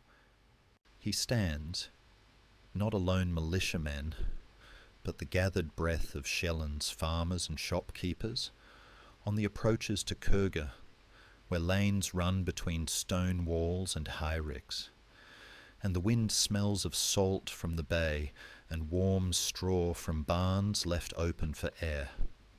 The wish that passes along the irregular file is humble, almost shy. Hold the road long enough that the county keeps its shape. Hold so the bells this evening will ring for ordinary reasons. Hold so that bread rises without flinching at thunder. There is no pageantry here, only jackets that don't quite match, hats that remember church more than drill, and muskets whose stocks were rubbed with oil as carefully as a table meant for guests. Doubt, honest and early, moves through the ranks. The enemy's regulars are close and correct. Volleys will arrive with the schoolmaster's exactness. Courage must learn to stand where habit would prefer to step aside, yet helps arrive in modest forms. An old sergeant whose voice can turn a crowd into a line. A priest with sleeves rolled who says nothing theatrical, only breathe. A cooper who understands the weight of wood and quietly braces a fence into a breastwork that will hold just long enough. The beginning is domestic. Shutters latched, a jug set in the shade for later. A mother packing a heel of bread into a pocket that once kept only nails and string. Fields, patient and green, lend their hedges as teeth. Lanes lend their curves as punctuation. A footbridge offers its brief, stubborn sentence over a ditch that nearby children know by its frog song. Outside the town, the opposing line composes itself with the crisp grammar of professionals, boots in cadence, colours edged like rules, officers placing men with the reliable gestures of those long acquainted with this conversation. They are not cruel, they are exact, and exactness has a way of silencing poetic hopes. The first shots are small, local syllables, pickets startled into honesty along a hedgerow, a crack that startles birds into the sky. Then the day clears its throat and begins to speak in larger words, volleys that flatten the air, drums that keep time for men who have learned to make their hearts obey external clocks. The militia answer in households' tones, short, careful fire from corners where time grows under stones, a file stepping forward because the man behind has 3 children and the one ahead no ring, a bucket line that remembers last year's barn blaze, now passing cartridges instead of water. Fear arrives not as terror but as dryness in the mouth, the treacherous curiosity to look the wrong way at the wrong instant, the urge to step back one pace more than a hedge will allow. Habit answers where habit exists, where it does not. Affection does. The affection for neighbour and lane and bell, for the way light falls on a tiled roof at 6 in the evening, for the timbre of a cow calling along a ditch when the sun tips. A banner borrowed from a parish hall leans into wind, humble but legible. Pressure grows like weather, it does not shout. Regular volleys lean into the hedges, trimming them of leaves and courage. Skirmishers worry at gaps until a gap becomes a path. A gun set on a dry mound places punctuation with the finality of law. Yet courage keeps to work. A boy who should still be sweeping a shop threshold passes ball and powder with the exactness of a bookkeeper. No loss, no haste. A cart is turned crosswise and becomes a sentence the enemy must reread. A drummer with blistered hands chooses a pulse so steady that even doubt, listening, cannot find an entrance. In the middle of the day, where battles are decided without announcing it, a company that has no right to be brave finds the angle of a wall and refuses to argue. A captain whose uniform is more hope than issue places his dozen men where 2 dozen would be better, and, by the perfect economy of timing, makes it enough. A hedge that looked thin behaves like a wall because men, long acquainted with pruning, know where branches cross like fingers and stiffen each other. The town listens without panic. Windows hold their breath. The church keeps its clock correctly, even as smoke scrapes at the roof tiles. Crest, when it arrives, looks like inevitability, a tide that has measured every stone and now spends the tallied inches. The militia line phrase, where drill cannot reinforce will. A colour dips and is rescued by a hand that will be remembered only by 3 men and 1 grateful priest. The road that seemed held an hour ago is suddenly a ribbon across which correctness walks in step. Orders to fall back find their proper weight. Retreat is not disgrace here, only the long intelligence that allows a county to exist tomorrow. Files step away from walls with the dignity of men walking out of church. A gun that can be saved is limbered with a carpenter's quiet care. The bridge gives its last plank to a timing so exact it feels like providence or practice, perhaps both. The enemy, brave and thorough, enters with the decency professionals owe to finish what they have begun without cruelty and without waste. Defeat sets itself down among the militia like a sober uncle, unromantic and instructive. A lesson that love of place must be served by training as well as sentiment, that steadiness is a craft to be learned in quiet seasons if it is to hold in loud ones. After, the air alters, less iron, more hay. Smoke thins into kitchen blue. Horses drink and forget quickly. Crows return to their fence post to consider what has changed and what hasn't. Women step out with bowls and bandages. Water tastes of tin and mercy. Names are checked and checked again. Hands are counted as if they were tools that must be put back in the right drawer. The church bell rings, not for triumph, not for mourning alone, but for presence. We are still here. And in that sound the whole long arc of our journey gathers. Dynekilen's old stones, Mysunde's narrow gate, the sleepless ridge at Dybbøl, the lanterns hooded for owls, the harbour lit by bomb arcs over Copenhagen's copper roofs, the careful geometry of Kolberger, Heide and Fehmarn belt, the winter iron of Lund, the coalition's hinge at Nyborg, and the night of ladders and refusal on Copenhagen's walls, the sly quiet of Dynekilen's oars, the sandy steadiness of Fredericia, the rain-drawn breadth of Isted, the prudence at Kolding, the hard humility of Lutter, the sea-worn patience at Kalmar, and the red cliff of Heligoland where law and seamanship braided, threads of water and hedge, of bread and bell, of mill sails and signal flags, of parish banners and naval ensigns, they run together here, in a modest town where a citizen's pulse stands in, for a nation's for one measured day. He, being all who stood in these 20 tellings, lets the gaze travel once more over Denmark's familiar grammar, shoals that taught captains to listen, straits that tuned speech to weather, fields that kept a memory of footsteps longer than any chronicle, ramparts whose clay warmed to the hands that made them, and cities that learned how to breathe again after iron. The lesson at the quiet heart of it all is not the bright word glory, it is the steadier word keeping. Keeping a doorway through winter, keeping a law on water where wind forgets, keeping a lane in rain until a larger field can be found in sun, keeping, even in retreat, the shape of return. A nation of belts and islands learned to make allies of edges, to ask place for help and give place its answer in care.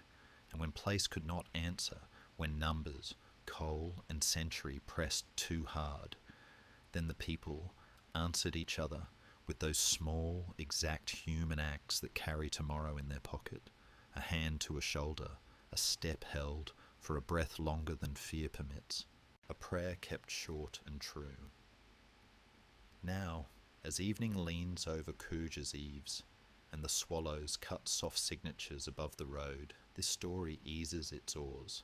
The bells count an ordinary hour. The sea folds its long sentences into smaller waves. A mill out in the fields lifts and lowers its arms like someone blessing bread.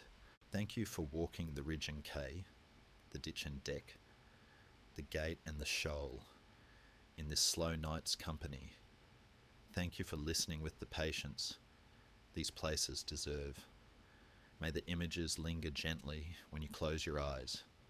A white mill watching over a quiet hill, lanterns hooded in a salt wind, a hedge holding firm for one more minute, a mast counting a calmer sky.